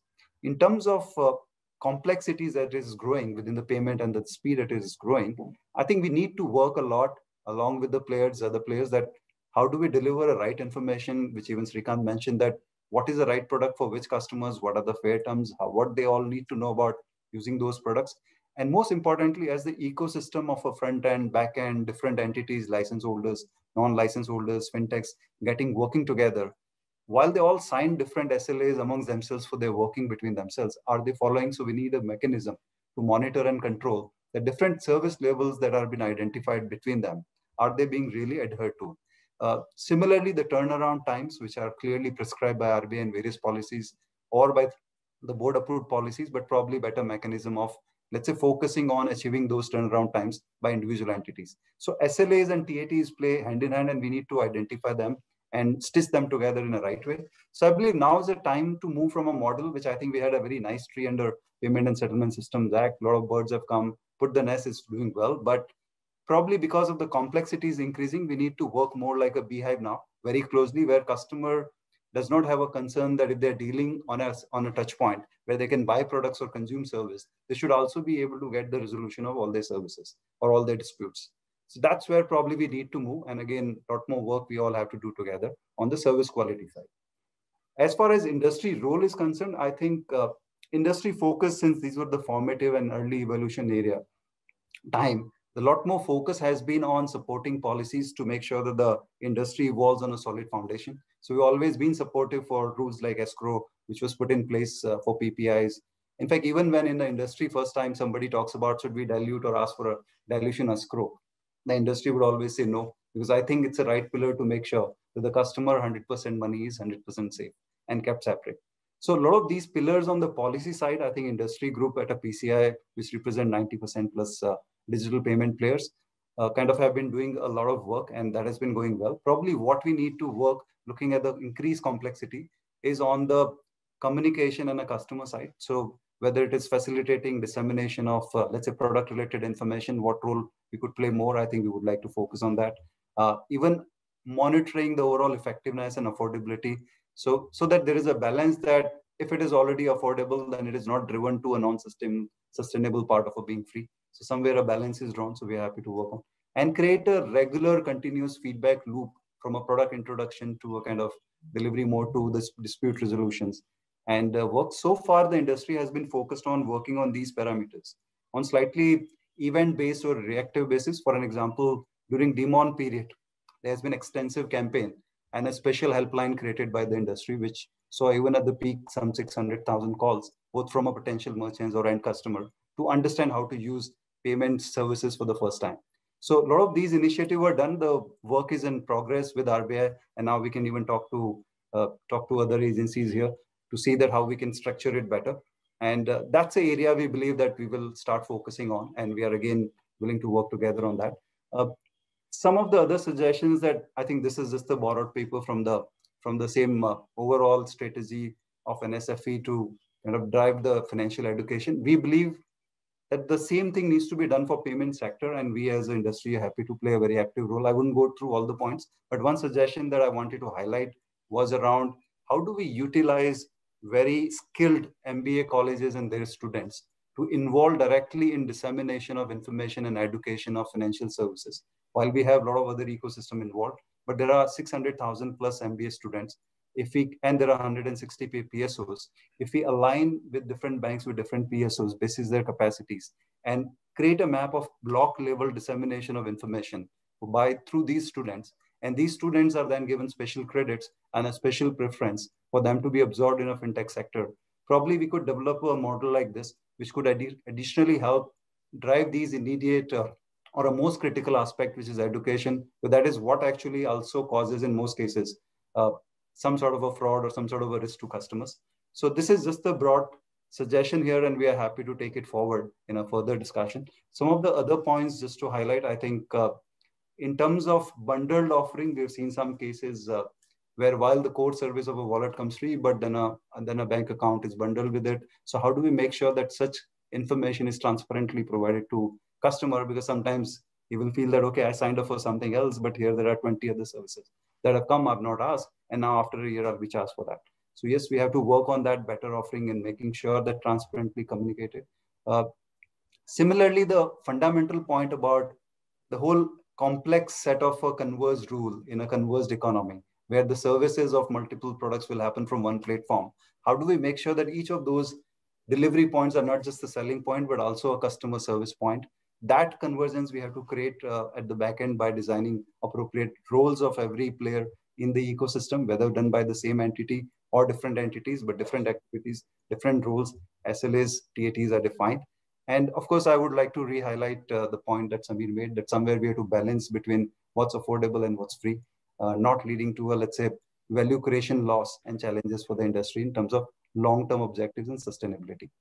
And of course, I would second having from a long-term perspective, a kind of unique financial sector focused both consumer protection and a data privacy law, which probably can also be a championing for all other sectors, and payments can lead it because it's quite complex already. So I'll stop there, sir. I hope I was on time. Thank you. Thank you so much, Naveen. This is a very balanced, I would say, responsive and responsible presentation. It's not easy to head a consumer, an industry body, which is almost a self-regulating organization, and yet balance the competing, often competing needs of the consumers and the producers of services. I want to thank you for that. It's now my privilege to call upon Malavika Raghavan, a lawyer working on emerging issues for policy and regulation at the intersection of technology, finance, and inclusion. She was still recently the head of Future of Finance Initiative at Dwara Research, where her work addressed new challenges for consumer protection in India. She remains an advisor on the initiative's International Advisory Board and also serves on the steering committees of the Digital Identity Research Initiative at the Indian School of Business and the Data Governance Network at the IDFC Institute, India. Malavika's previous experience includes several years with the global law firm Allen and Overy LLP in London, but more importantly, during which time she was seconded to the Financial Markets Law Committee established by the Bank of England, the central bank there, and stints with social impact investors, Acumen and Big Society Capital. She was a 2018 fellow of the Chevening Financial Services Fellowship at King's College London, and a 2016 fellow of the On Purpose Social Enterprise Leadership Program. Malavika holds an MPhil in Public Policy from the University of Cambridge, a composite 5-year law degree from the NALSAR, the National Academy of Legal Studies and Research at Hyderabad, and I believe soon will begin a PhD at the LSE, London School of Economics, from September 2021, working on information systems and law. Over to you, Malavika. And like Srikanth, I guess your focus will be on the consumer side. Yes, thank you so much, Professor Krishnan, and thank you to this august audience for hearing me out. I know at this stage in the presentation, saturation might be reached, so I'll try and make my comments as conversational as possible. As Dr. Krishnan mentioned, yes, I'd like to bring the focus back to consumers. And I think basically start my comments by painting a picture for you in terms of how on the ground, things have changed for the consumer over the last 10 years when it comes to making a simple payment transaction, and really use that to pick up on two boundary issues that for consumer protection amongst all the very many ones that we've discussed, in order to lead us into the second part of what I want to talk about, which is really solutions at both the policy and the industry level to achieve the consumer outcomes that we all seem to be pretty aligned on this morning. As a kind of sneak peek, I think those solutions are very tied into fundamental principles of functional regulation in the financial sector, and what the Deputy Governor mentioned upfront, which is the role of the central bank and how how the policy response really needs to be calibrated, giving these two things in mind. But those are just my recommendations as a consumer advocate. So to go back to that picture I mentioned, obviously when it was just a cash transaction, when you had a consumer who wanted to settle accounts with a friend or pay a retailer, essentially they were able to do that through this physical cash that was intermediated through the banking system and turned up in their hands. Now, what has changed over the last couple of decades that all of you know much better than me possibly, is that you've had a range of interfaces that now intermediate that transaction between the consumer and the other person. So that two-party transaction now has this interface in between. And that online interface that the consumer encounters when they make a payment, many consumers, those who have smartphones, who are urban, and the NCFE survey tells you that already the ones who can access this interface are those who are above the digital divide, so to speak. But what then happens is that consumers' first interaction with the financial system in a payment transaction is often with an entity that could be an online app. It could be a PPI or a prepaid instrument wallet. It could be a payment gateway on a website, for instance. And what the consumer doesn't know is that you also have, for instance, several other types of entities, an authenticating agency, all of the card networks, so on and so forth.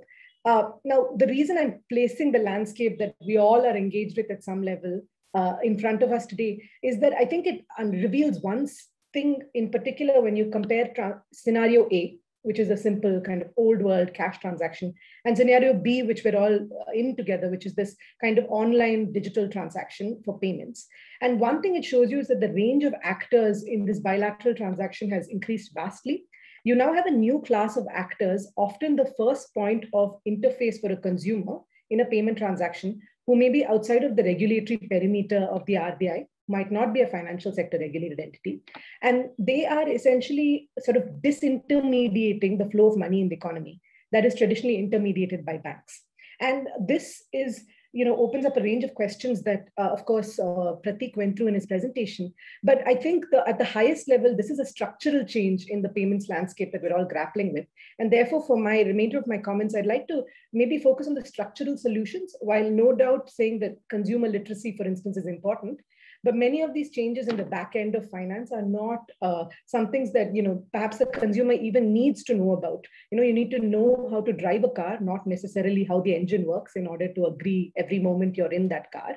And how do we get ourselves that kind of structural consumer protection?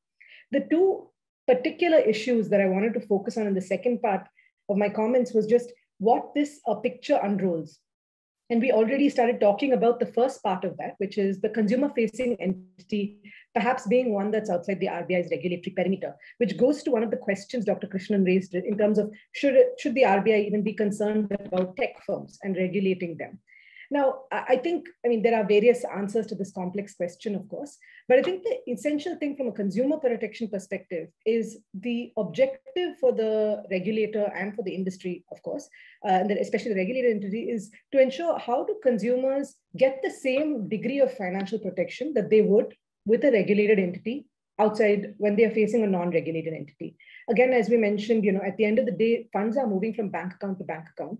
So the idea is, even if you're talking to an entity who is not in the regulatory perimeter, how are you assured the same level of consumer protection? I think one of the things that we haven't discussed yet, so I might just bring up, of course, frauds are one of the consumer concerns, but we also see a quite large degree of transaction failures. Now, these are not, in the end, the money is often returned to consumers, of course. But I think the important question here is, especially when we have a country where 77% of people earn less than 10,000 rupees a month, even with small value transactions, how do we ensure that when the money is lost in the system, according to them, that those costs are not externalized on the consumer, right? And how do we create a dynamic consumer redress sort of mechanism. And really, this will bring, I'll come back to this. How do we think about regulation in a way that extends financial consumer protection outside of just banks and NBFCs? Now, the second issue it brings up for me is that the boundaries, and this is very difficult for a regulator, the boundaries are very quickly disappearing between financial and non-financial activity. And even within financial activity, financial functions, say of payments and credit, that we have traditionally seen. And I think it's always helpful to lead with an example. So if you are on an e-commerce site, very quickly, you can be browsing for products that maybe you're thinking of buying around the house, which is essentially not a financial activity at all. But in a few clicks, you can be considering that product, paying for that product. And when you are paying, be offered to pay for it in EMI.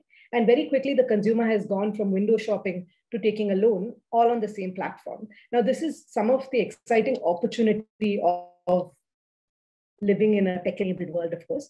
I think what it raises, though, is how do we ensure that the payments data and the payments process that is collected from the consumer in this entire chain of events lives up to the customer outcomes that the RBI and certainly many of the industry players and consumer advocates in India do want. And I must say here, we'll come back to this. I'm sure it has come up already on the idea of payments data. One part of it is to protect that data, but I think the other clear business model in this economy is that payments data is then used to cross-sell or upsell products, whether they are especially financial products. So, the management of that data also has implications for financial inclusion, financial depth and width.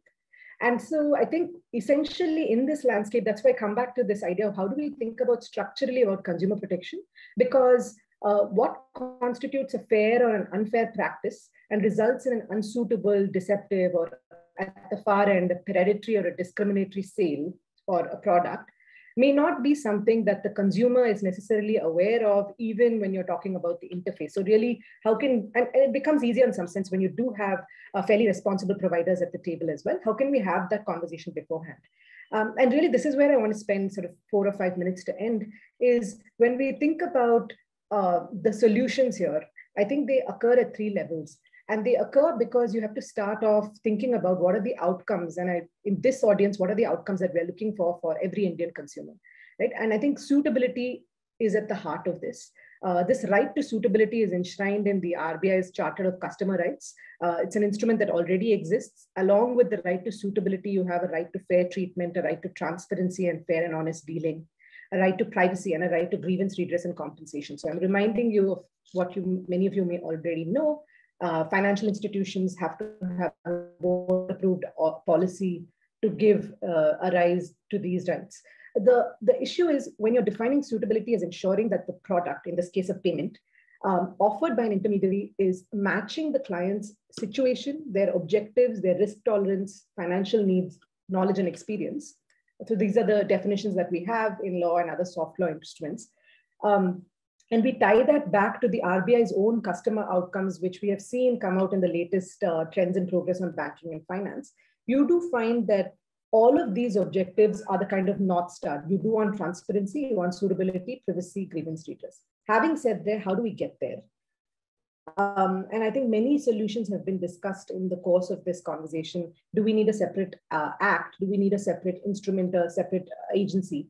I think to start off, my response to that level of discussion is perhaps we do in the medium term. In the short term, we actually do have many instruments. And the question might be, how do we start doing better enforcement for consumers? So you do have a charter of customer rights. You have fair practices codes that apply in any way to banks and NBFCs.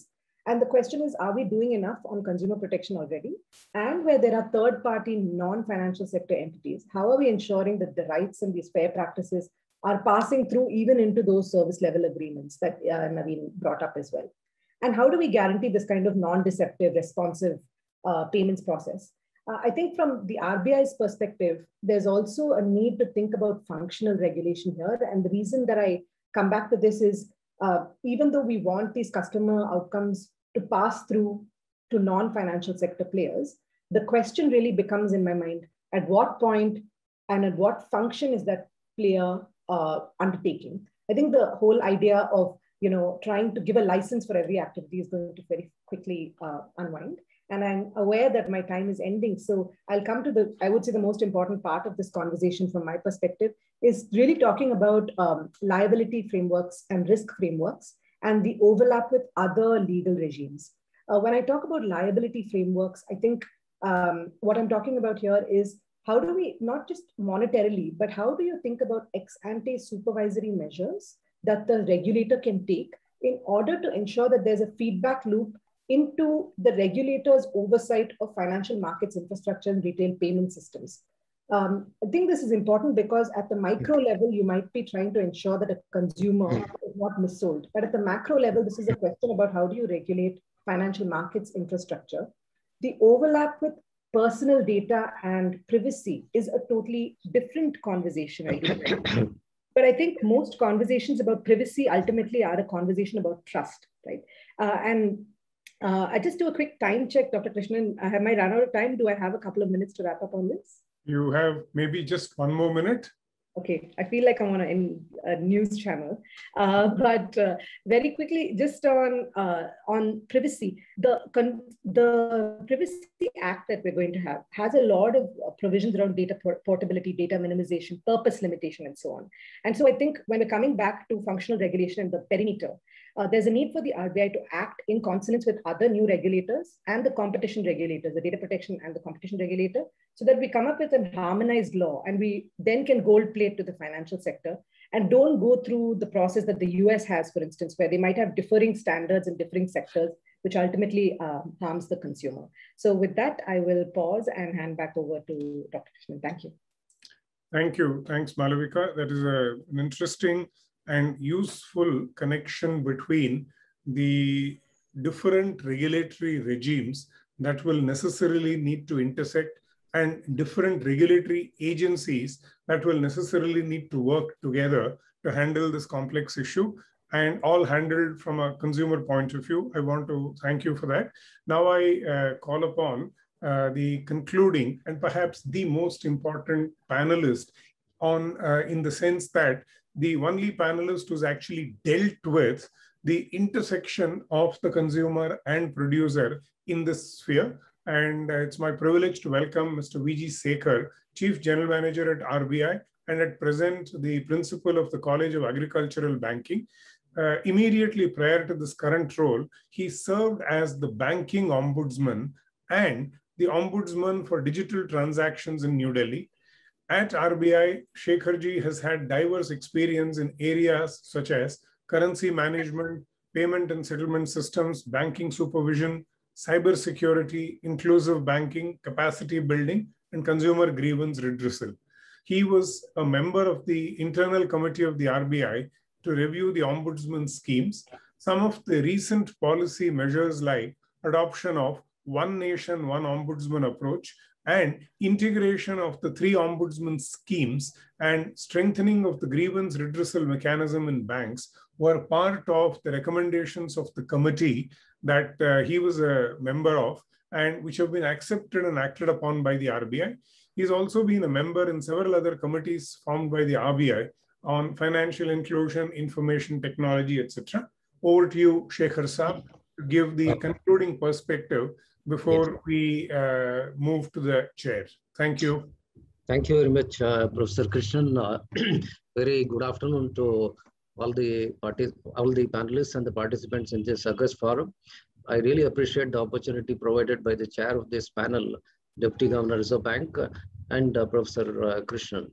Now, I thought I'll, with the experience of having been an ombudsman, as Professor Krishnan was saying, let me give some set of pointers of the performance of the ombudsman schemes implemented by the Reserve Bank. You are aware 3 schemes are being implemented by RBI for banks, non-banks, and on digital transactions for the system participants. Which will set the context for my discussion, as also to address. It will also, I hopefully, will address some of the points discussed by the various panelists.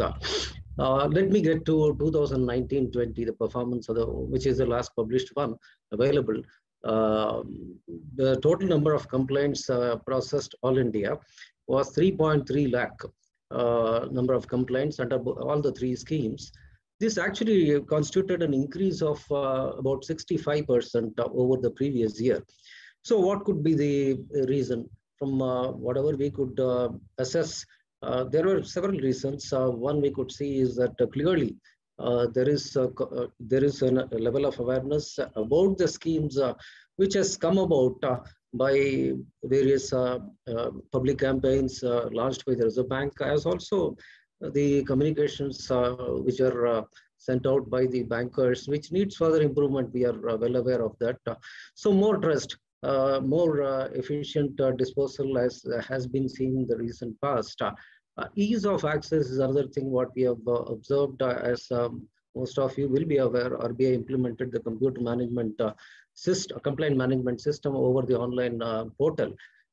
In fact, of the complaints that we received, about 85% were received electronically then. Now, other important reasons what could be here is where our concern actually comes. Some of them were already narrated by the panelists. I would like to highlight them. One is a complex set of unsuitable products vis-a-vis the profile of the consumers that we observed based on the complaints. Deficiency in consumer sensitivity also was noted in certain cases. Apart from that, grievance redressal deficiencies were observed. Otherwise, most cases should have, what we have seen, they should have been taken care at the first resort level itself at the banks or the non-banks who are regulated. Repetitive complaints is another thing we have seen. A similar set of complaints, whether it is ATM, whether it is UPI, whether it is online, other transactions, we have seen that, which shows that the RCA mechanism is not as effective as it should have been. Other things we have seen is inadequate understanding among the frontline staff as well as by the outsourced service providers like the help desk personnel and all. We have noticed in certain cases. And of course, certain things are like technical issues in new products are also there, and inadequacies of the awareness programs on use of the solutions appropriately by the regulated entities. This we have observed. Now, coming to complaints on digital modes of transactions, where a lot of focus seems to be on in this session. We found that about a whopping percentage of 45, nearly 50% of the total number of complaints were on the digital transactions, digital modes of transactions. While this is disconcerting, this has been a disconcerting trend in the last few years, but we should also keep in view that some of these grounds like mobile banking induced transactions, they were not covered earlier under the scheme, which they have come about in the last couple of years. That is one reason, but it's all the same. It's a matter of concern that it is increasing, but again, we need to see it in the background of the number of complaints, the vast volume of about 35 billion complaints, 35 million transactions, retail transactions in the sector, financial sector, during the same year 2019-20, as per the published data. Now let me get to the disposal. Disposal is 92% disposal at the end of the year. Resolved of this mutually settled or agreed constituted 72%. But we need to really, come up with the, a fair analysis needs to include the fact that about 45% of the complaints were found non-maintainable for the reason of mainly insufficient information despite providing the opportunity. As also, there are cases which are number of cases where they are not covered under the scheme, Banking Ombudsman scheme. So how do we address this? Some of these measures were already announced by the Reserve Bank. Other things are on the way. One of the things, very important things, is there's one ombudsman, one nation dispensation, where this jurisdictional constraint has been completely removed. That's going to be implemented very soon. Wherein the complainants will have just one source to which to apply to file their complaints, and that will get separate. That will get shared among the various ombudsman officers. for appropriate resolution in a timely manner. So that jurisdictional issue is taken care. The delays will not be there on account of that in any case. Then the other thing is the issue of the delay on the part of especially the regulated entities in responding to our complaints. That has been taken care of, hopefully will be taken care of by a large measure of this stringent measures introduced on the strengthening of the consumer grievance redressal system in the banks, which includes disclosure mechanism, which is going to be much more nuanced than what it has been. Supervisory action as required, and the disincentive scheme on recovery of, including recovery of the cost of the ombudsman officers in processing the complaints. One of the three criteria is going to be on digital transactions vis-a-vis the peer average. If it's going to be more for any bank, set of banks or regulated banks as of now, it may get extended to other regulated entities as well. That's going to be levied on the concerned entities. Now, these are some of the measures which have been taken. Now, coming to the action plan, what I propose, there are two things. Malvika is referring to structural level. I'm also referring to a structural level, probably from a different context. This is about the complaint resolution. I just mentioned about one nation, one ombudsman concept. I think going forward, there is a need to, we need to explore possibility of seamless integration of the complaint resolution at the regulated entities and the ombudsman. In fact, the number of complaints, despite all the awareness, whatever has been generated, we see that it's still not percolated down, especially in the rural areas, and people who are not that literate to understand even our whatever other outreach programs we have conducted and the media campaigns that we have conducted. So what we see is about 330,000, which seems to be a huge number. It in fact is pittance vis-a-vis the actual number of complaints received by the banking sector or the non-banking sector. Which being the case, I feel that there is a case to consider seamless integration of the complaint resolution and the RV at the REs as well as the ombudsman offices, wherein, say for example, beyond a preconceived period, predefined period, if the complaint is not closed, it does or it is rejected, it gets flown to the ombudsman offices automatically, system generated. Now, in a sense, you can also call it as a national complaint lodging center at one place in one database. It can get migrated further in that kind of a model. Where it's one system where the consumer complaints, and then it gets percolated based on the bank-wise whatever stuff, and then gets addressed there, and then if not, as I already mentioned, it gets flown to the ombudsman offices. So this is another area where we can look at it. Now, this can pave further in due course, maybe in 3 years' time down the line or so, implementation of artificial intelligence, machine learning, etc., which can facilitate consistent and swift decisions, identification of trends as well as the systemic issues. Now, if you look at it, in a sense, it can be called as an online dispute resolution system, as it is even now, but it can become even more, much more sophisticated, where rule-based decisions can be taken, which is enabled by the system. Given the volume of complaints, I think it makes a lot of sense to go ahead to that kind of a mechanism.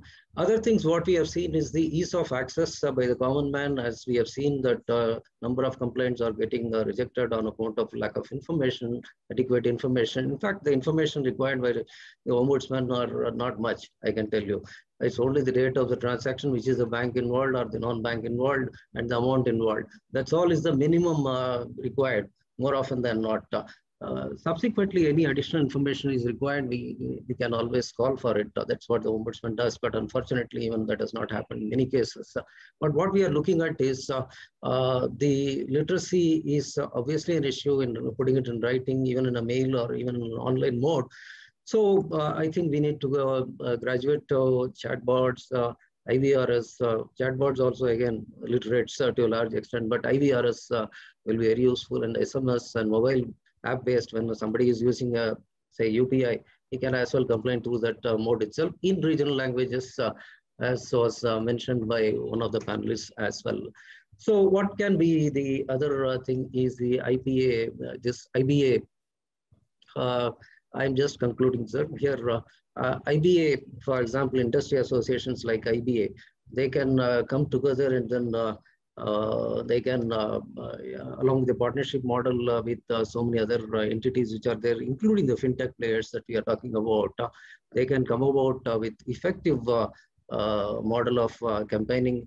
What we have seen from our experience is storytelling, whether it is positive or negative, really impacts the consumers. So that should be one of the strategic parts of campaign.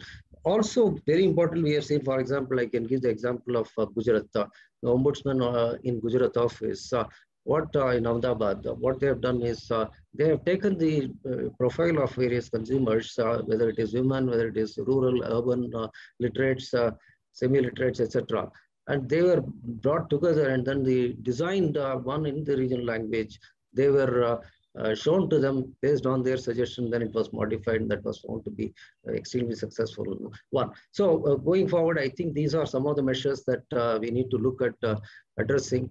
It's again, I should thank for the opportunity provided, and I'm looking forward to further discussion as it goes along. Thank you so much, sir. Thank you very much, Mr. Shekhar. Again, very comprehensive. Given the 10-minute constraint, a very competent coverage of the issues involved. Now, with Chairman Ravi Shankar's permission, I'm going to slightly modify the original program. Ravi, we've taken a little longer than we had planned. So what I'm going to do is, rather than handle individual questions, given that we can and we want to conclude exactly at 1:05 as planned, I don't want to extend the time beyond that. There is one question that has got posted. It's a very comprehensive question. You can take a look at it. And what I would suggest is we will take exactly 10 minutes because we don't want to cut into the Deputy Governor's address to all of us. I would like to go through the same sequence of our panelists who can address each other's points as well as the comprehensive question that has come up and take exactly 2 minutes. And I'd request you to take exactly 2 minutes because otherwise we'll be cutting into Deputy Governor Ravi's time. So Samir, Shrikant, Naveen, Malavika, Shekhar Saab in the same order, 1.5 to 2 minutes each. Very quick responses to some of the issues that have come up. Samir, can we go with you first? Any quick responses? So, I'm assuming you're talking about the anonymous attendee question? Yeah. And anything else that you want to cover in response to other points made by panelists? Sure. I think in there, there is one very interesting question around the Aadhaar system being used for greater financial literacy. I'll liberally sort of extend that to just, can we use the Aadhaar system to expand financial inclusion? This was paucity of time, couldn't cover that element. I think one of the really sort of exciting opportunities in front of the fintech industry and the technology industry is being able to really properly harness the public infrastructure, public-private infrastructure that India has created. And eKYC is one of the largest of them, amongst them. There's a variety of initiatives going on that front. In fact, RBI has taken a leadership role there as well on a project called KYC Setu. I think eKYC and Aadhaar-enabled financial inclusion drives can really, really help both drive up financial inclusion for rural women, but women overall. As we know, a lot of the formal banking is done by the men in the family in India today. And I think empowering people on a mobile device, we've seen this in e-commerce, by the way, in my other life. E-commerce participation is a lot more secular than the BFSI industry is. And I think that's a very exciting prospect. I think the second one again is on small investors. I wouldn't say school children, but I definitely think that college students, there is a case to be made about getting millennials and Gen Zs educated on financial products. There are governments in Delhi and Assam and a few other states that have started programs, formal programs on entrepreneurship, for example. I think there should be a few chapters in colleges across streams around how to actually improve lives and livelihoods using financial products that are accessible to them. I think that would really help. I've seen this in the US personally. The day you land on campus, there are 20 institutions trying to offer you your first credit card, your first loan, your first EMI. I think it can be super helpful. I think it's a fantastic idea. Thank you, Samir. Shrikant? Yes, sir. So I'd like to quickly place a couple of comments, and probably we need to kind of see creative ways of literacy and awareness as well. And probably one suggestion is the Jamatra movie on the Netflix probably had a greater impact on delivering how frauds take place. Probably RBI should yearly fund a movie like that, which can radically kind of educate consumers in a very different way, right? And on measurement of fraud, like Naveen mentioned that independent measurement of like we have low levels of fraud, but I have a different point of view there. Like we need to have an independent measurement of fraud because we are dealing with a demography that is low literate in a remote rural person, that the person does not even know that they are a victim of fraud. So they won't even report it. So we need to, Samir mentioned the use of data on fraud detection and monitoring. This is kind of left currently to the PSOs and the PSPs themselves to kind of take in. But we need to find a way, like how can we let that person know? And on the other point I had quickly was on the harmonization of turnaround times. Like it is important to have a working guideline in force rather than a super ideal regulation that keeps having extensions, and because the industry doesn't find it monetarily fair. Because at the end of the day, consumer is happy when the systems work reliably, and I'm not as much interested in getting a compensation for the failed transaction. I'm more interested in getting fewer failed transactions in the first place. So I probably need to have a working guideline on the harmonization of that than one that extends perpetually. Yeah. Thank you, Shrikant. Now, Naveenji, any quick responses? So, sir, two key points. One, I think there is an assumption that most entities, fintechs, big techs, don't want to act responsibly and don't want to service the customer. First, I would want to say that, again, some of us are entrepreneurs, we've run our company. It's too big a loss for us, having spent money to acquire a customer, having rolled out a product, spend money behind marketing, and then lose him and have a failed, let's say, satisfaction level. I don't think that understanding or that thought process or assumption is right. I don't think the issue is intent there. I think the growth that has happened with the back of capital, money, time, effort, innovation that has happened, and in educating that. Yes, there are challenges around complexities of the products at the pace they're growing, at the pace the adoption is happening, at the pace the social changes in technologies and challenges have imposed. Now, I would go, so that was the first point. Second point, I would just go back to that school example.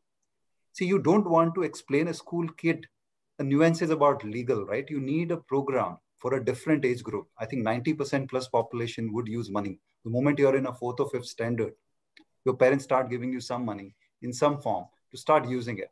So I would say 90% of the population is relevant. However, the communication, information, and education that needs to be given to them needs to be broken down into different steps. For an example, you wouldn't want to give a kid ideally just the physical money. At some stage, you would rather give them a wallet because bank account is still not relevant for them. But the moment, let's say you start becoming a college student, cross age of 18, you need probably understanding of banking, a debit card. The moment you're getting into a job, then like Samir said, you're getting exposed to credit card and other products because you have an income level. So you need to stagger the program. And this is where the design principle of industry, academicians, regulators, everybody putting together and put that right level of information at the right time in a right way is what is critical. And it is solvable. And on the other hand, if we really digitize even the customer servicing side and a monitoring of that digital way, Malvika had just shared a link on a heat map of complaints. I mean, there are tools available. We just need to probably get our act together and do it. It's doable. Thank you. Thank you, Naveenji. Malvika?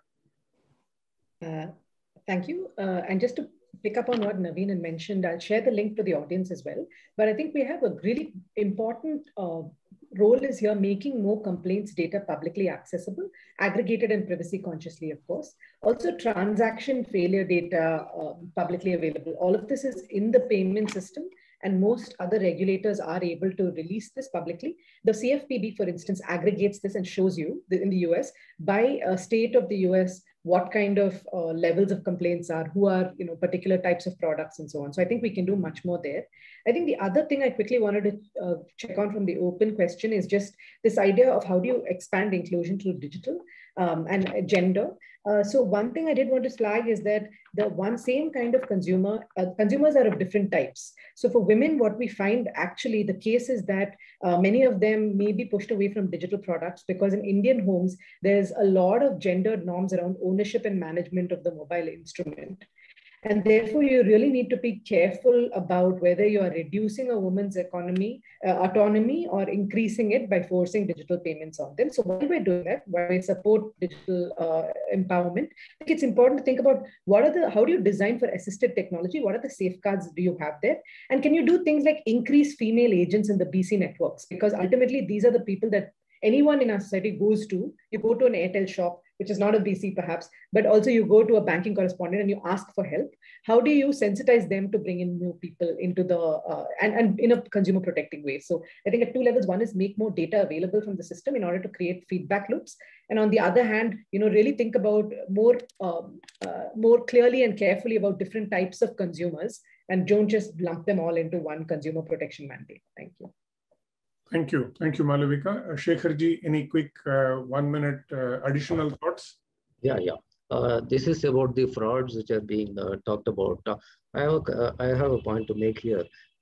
Yes, it's it's more often than not we see that there is lack of understanding by the consumers and they compromise their credentials. At the same time, I believe that the participants cannot disown their responsibility, where the mandated requirement of transaction monitoring, fraud detection, as also the KYC and taking up with the other entities, beneficiary entities, they are to be taken up more seriously than they are. So, for example, a simple question of financial ombudsman of UK, an example is that they go by the intent, compromise the intent of payment, whether it was there. If it's not, the ombudsman, in fact, decides in favor of the consumer. That's there. Regarding the data part, what Malavika said, I believe that, as I already mentioned, RBI has already imposed additional data requirements on the banks for comparison, individual banks, so that peer group also they can compare and take informed decision. That's another thing which has come about. And to reduce the more of recurring complaints, etc. I believe that there has to be a feedback loop within the regulated entities where they need to communicate better between the consumer grievance vertical and the other verticals like compliance, risk management, etc. Thank you. Thank you. Thank you so much, Shekhar-ji. Now we are going to move to the most important part of the day's events, the remarks of the chairman. Ravi-ji, you've heard a very diverse set of views and I guess it's always the difficult job of the regulator to reconcile the irreconcilable, balance the non-balanceable. And over to you. And I'm sure you've seen, in addition to the remarks that have been made by our panelists, some of the questions that have come up, including what people think are disproportionately high specific convenience charges, that airlines and hospitals put whenever one uses a credit card or digital forms of transactions. So all of these difficult questions now over to Ravi. And really, there is no time limit. You are, we are all keen to hear you. So at least 15 minutes as originally scheduled, and anything beyond that, because after this, there is only a 1 minute vote of thanks that my colleague in NCAER will perform. Over to you, Ravi, and we are all very keenly looking forward to hear you on all these topics. Thank you. Thank you, Dr. Krishnan. You say the regulator's job is difficult, reconciling the irreconcilable and so on and so forth. Have meetings like this, webinars like this, things tend to look a little bit easier, than what you have been otherwise thinking, and things also tend to look a little bit more promising than what you otherwise start thinking. There have been so many ideas that have come up. To be honest, I did not really expect so many new ideas that could come up. I thought we have been thinking and trying to second guess the requirement of consumers, and and try to do things well ahead of time, ex ante, as is the keyword here. We've been doing all that, but then you come to a meeting like this, and people come with suggestions, and you realize that there's still plenty you can do. I'll just briefly go through some of those ideas. I'm sure the organizers have listed them down. I'm sure they will be further discussed. They will be looked at by the regulators as well as by others. But some of those ideas are really good. Especially for example, the suggestion of doing consumer education, expanding the reach of consumer education by leveraging on, let's say, management institutes.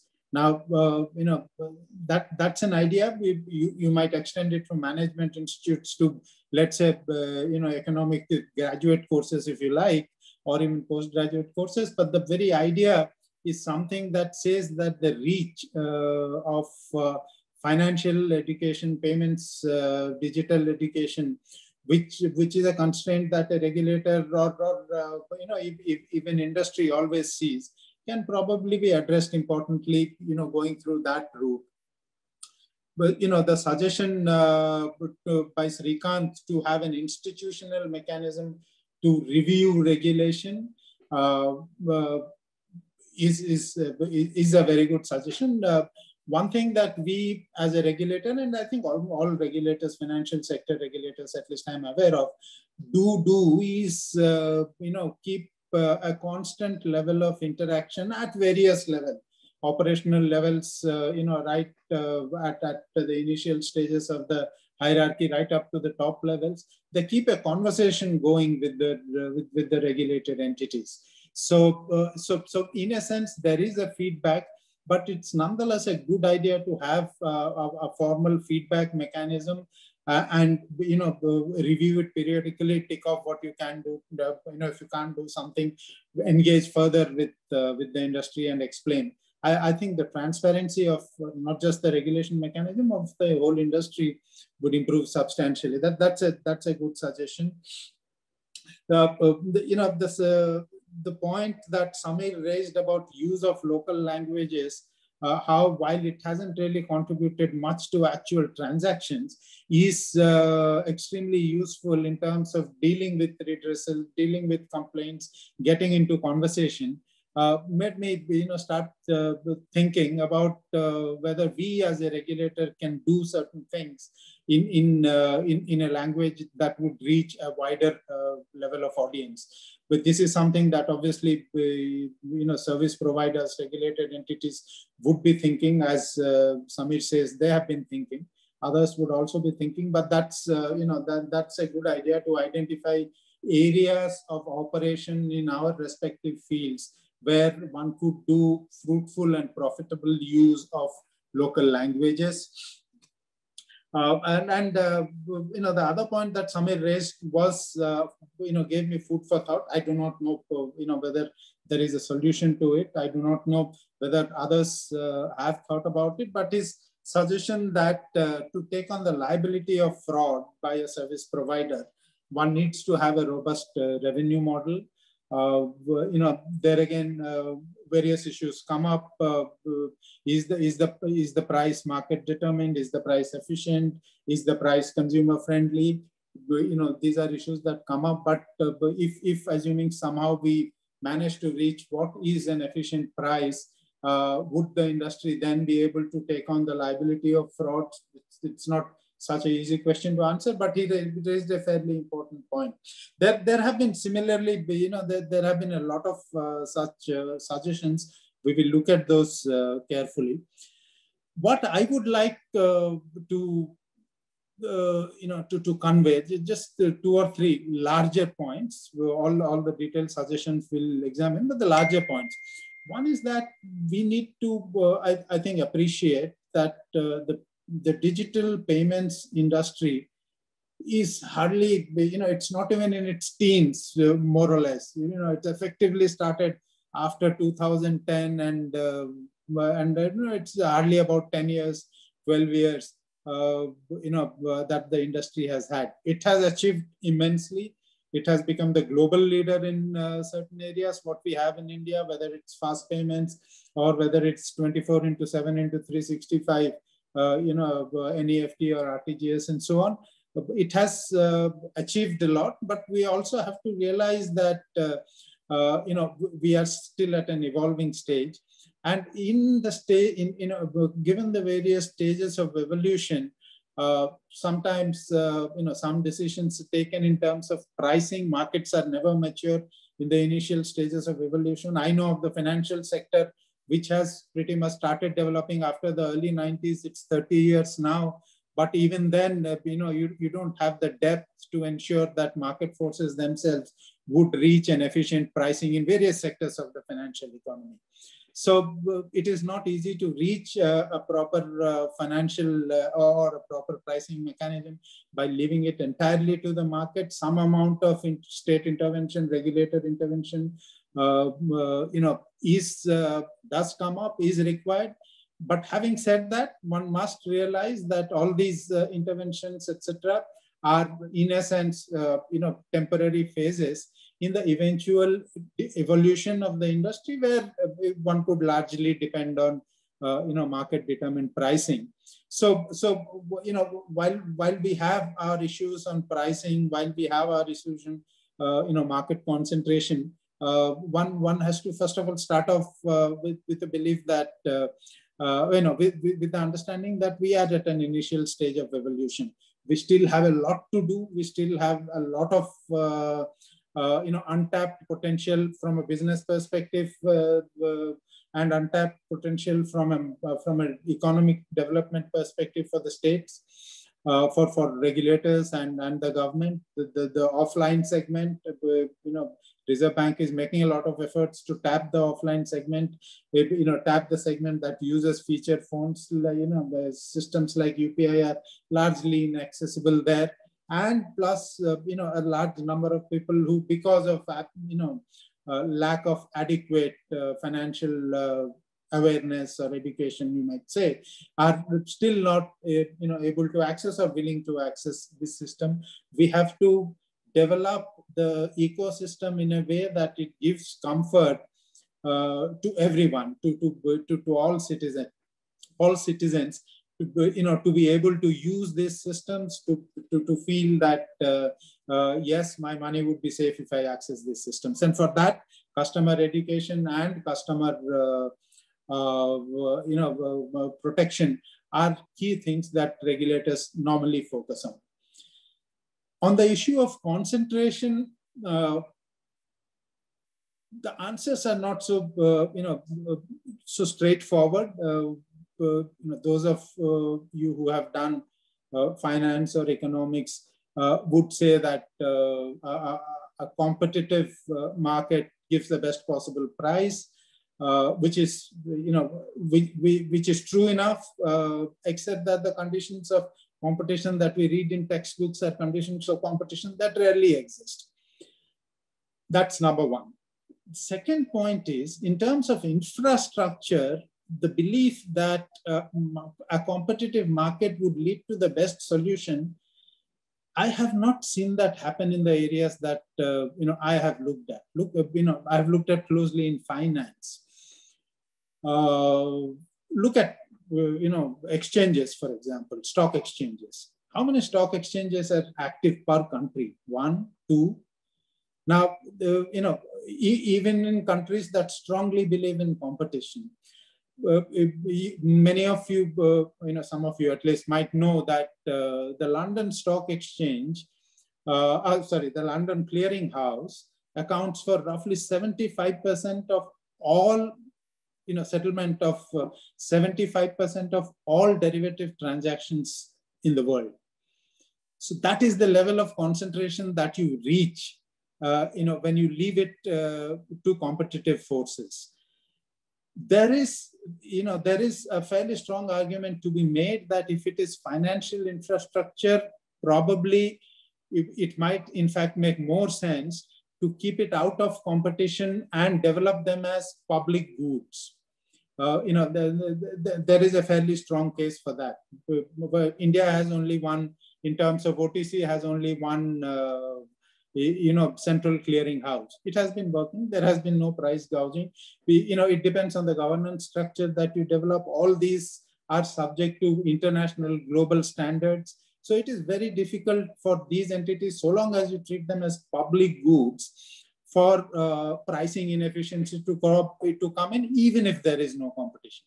Now, this is something that we have to have in mind, that when we are talking of financial infrastructure, or when we are talking of payment system infrastructure and payment system participants, it is not a one-size-fits-all. It is not competition that is necessarily the best solution to both infrastructure and participation by agencies.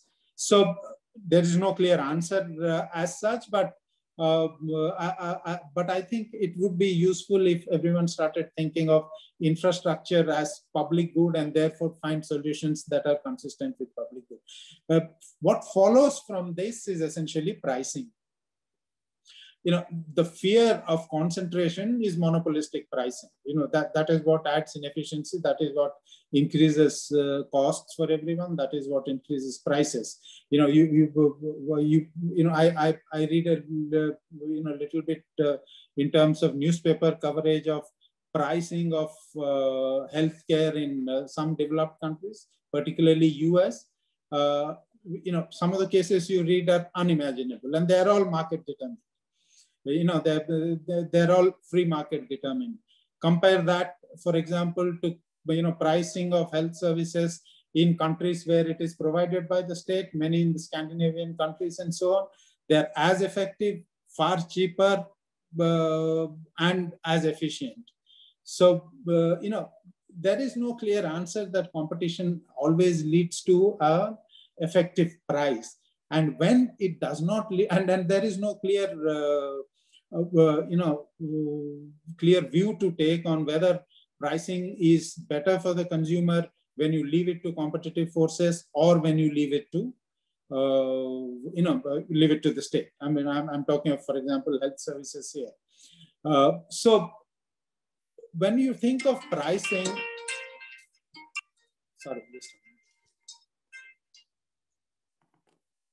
so when you think of pricing, I think what we have to understand is that given the stage of our evolution of our payment systems, what we are focusing on now as a state, as a regulator, is that you have to get more and more people in. There is an industry which is contributing a lot, in terms of innovation, in terms of providing products, in terms of making it easy for people to come in. But as regulators and as the state, we might also have to look at issues of how do I get more people in? In the short run, is it a good idea, for example, to get more people in if I subsidize their pricing? These sort of issues do come in. Some decisions, are taken in the process. Whether these decisions are in the best interest of the evolution of the sector, evolution of payments, history will tell us. But I think one thing we can all be certain about is that all these that are happening are subject to change. We are all constantly getting feedback. We are all constantly looking at these things, and we will all constantly modify our approaches to regulation, including pricing and all that as we go along. So that is the other point I wanted to focus on. The third point, which is important, is in terms of data privacy and data monetization. While many of the participants have talked about data privacy and how data should be protected, they are extremely important issues. We are globally, everyone is trying to deal with it. We are trying to deal with it within our country. We have certain regulations in terms of data storage and so on. There is another aspect, which I personally think is happening is that, a huge amount of data is getting monetized. Data, as people say, is the new oil. Now, if a huge amount of data is getting monetized, typically, for consistency, if something has to be consistent, if you have obtained a good which can be monetized, you should ideally have paid for it. In terms of data monetization, this part of the left side of the equation is not something that is very clear to me. I think data privacy and data monetization both can be achieved if we start thinking. I don't know the solutions, but if I start, all of us start thinking in terms of how a person's data that originates from a person, if data that I put in my account in Facebook, if it's being used by some business to expand its customer base, which is fine. The point is that all those need to assure of two things. One is that I, as a creator of that data, need to be okay with that. My permission is important, and that permission ideally should not be hidden in a 30-page terms and conditions document. That permission should be explicit. And secondly, to ensure that the monetization of that data is clear to the user. I think someone talked about monetization of data or use of data and then feedback to the original source of that data. If the monetization of that data has to be transparent, then we have to have pricing that does not, that is very transparent. We cannot have a pricing system where someone says, I'm giving you this free service, in return I use all your data. Pricing is extremely opaque there. There is an amount of pricing, even happening in the free service, but that is hidden. Now, whenever such opaque arrangements, someone talked about bundling. Bundling is such an arrangement. I have seen that in financial sector quite a bit. Typically, that tends to favor the seller of the product vis-a-vis, the consumer. So when bundling and such issues come up, I think regulators need to be, more alert to the possibilities of mis-selling and misuse. I think the industry also needs to, look at making pricing very transparent. Whenever you can price all your services, and keep, pricing distinct among a multiple of services that you are selling. I would try and end by basically reiterating that we have received, that most of the suggestions we have received, we will have a very close look at in terms of what pertains to us, in terms of the suggestions on having, separate coordination, or in terms of the suggestion on funding law enforcement to enforce payment-related issues, etc. Other agencies might be involved. We will try and take that up with other agencies, based on internal deliberations. This has been, I don't know about the other participants. This has been an extremely useful interaction as far as I am concerned. There's plenty that I have learned. My gratitude to Dr. Krishnan, as he said, my erstwhile boss. My gratitude to him for putting this together. Maybe we can have more of these things. And I look forward to interacting with you, all those that I have got to know through this webinar going forward. Thank you so much. Thank you. Thank you very much, Ravi, for a very masterly coverage of all the diverse issues. You did, sort of, as I requested, try and reconcile the irreconcilable and balance the non-balanceable. But, you've actually given us enough material to go on for a couple of hours more. But as agreed, we will conclude at the appointed time. And but I want to take up on your very generous offer of carrying this conversation at a later on a later occasion in a different fora. I will, on behalf of everybody, on behalf of NCAER, let me thank Rabi, his colleague, Mr. Vasudevan, Mr. Khandelwal of the RBI Payment Systems team, all my assembled NCAER colleagues, all the distinguished panelists, and all the audience who gathered today for this excellent webinar. We've gained a lot, and we hope to use all of the knowledge gained today into the report that I mentioned early on. Before I conclude, I also want to thank my senior colleague, Dr. Shashank Bhide, for being with us throughout the day today and for formally inaugurating the seminar today. Thanks all of you. Look forward to seeing you tomorrow. We have the 5th and the concluding webinar of this series, which is on the same set of issues on consumer education and protection in banking and credit. A very good day to all of you. Thanks again, and look forward to seeing you soon. Bye-bye.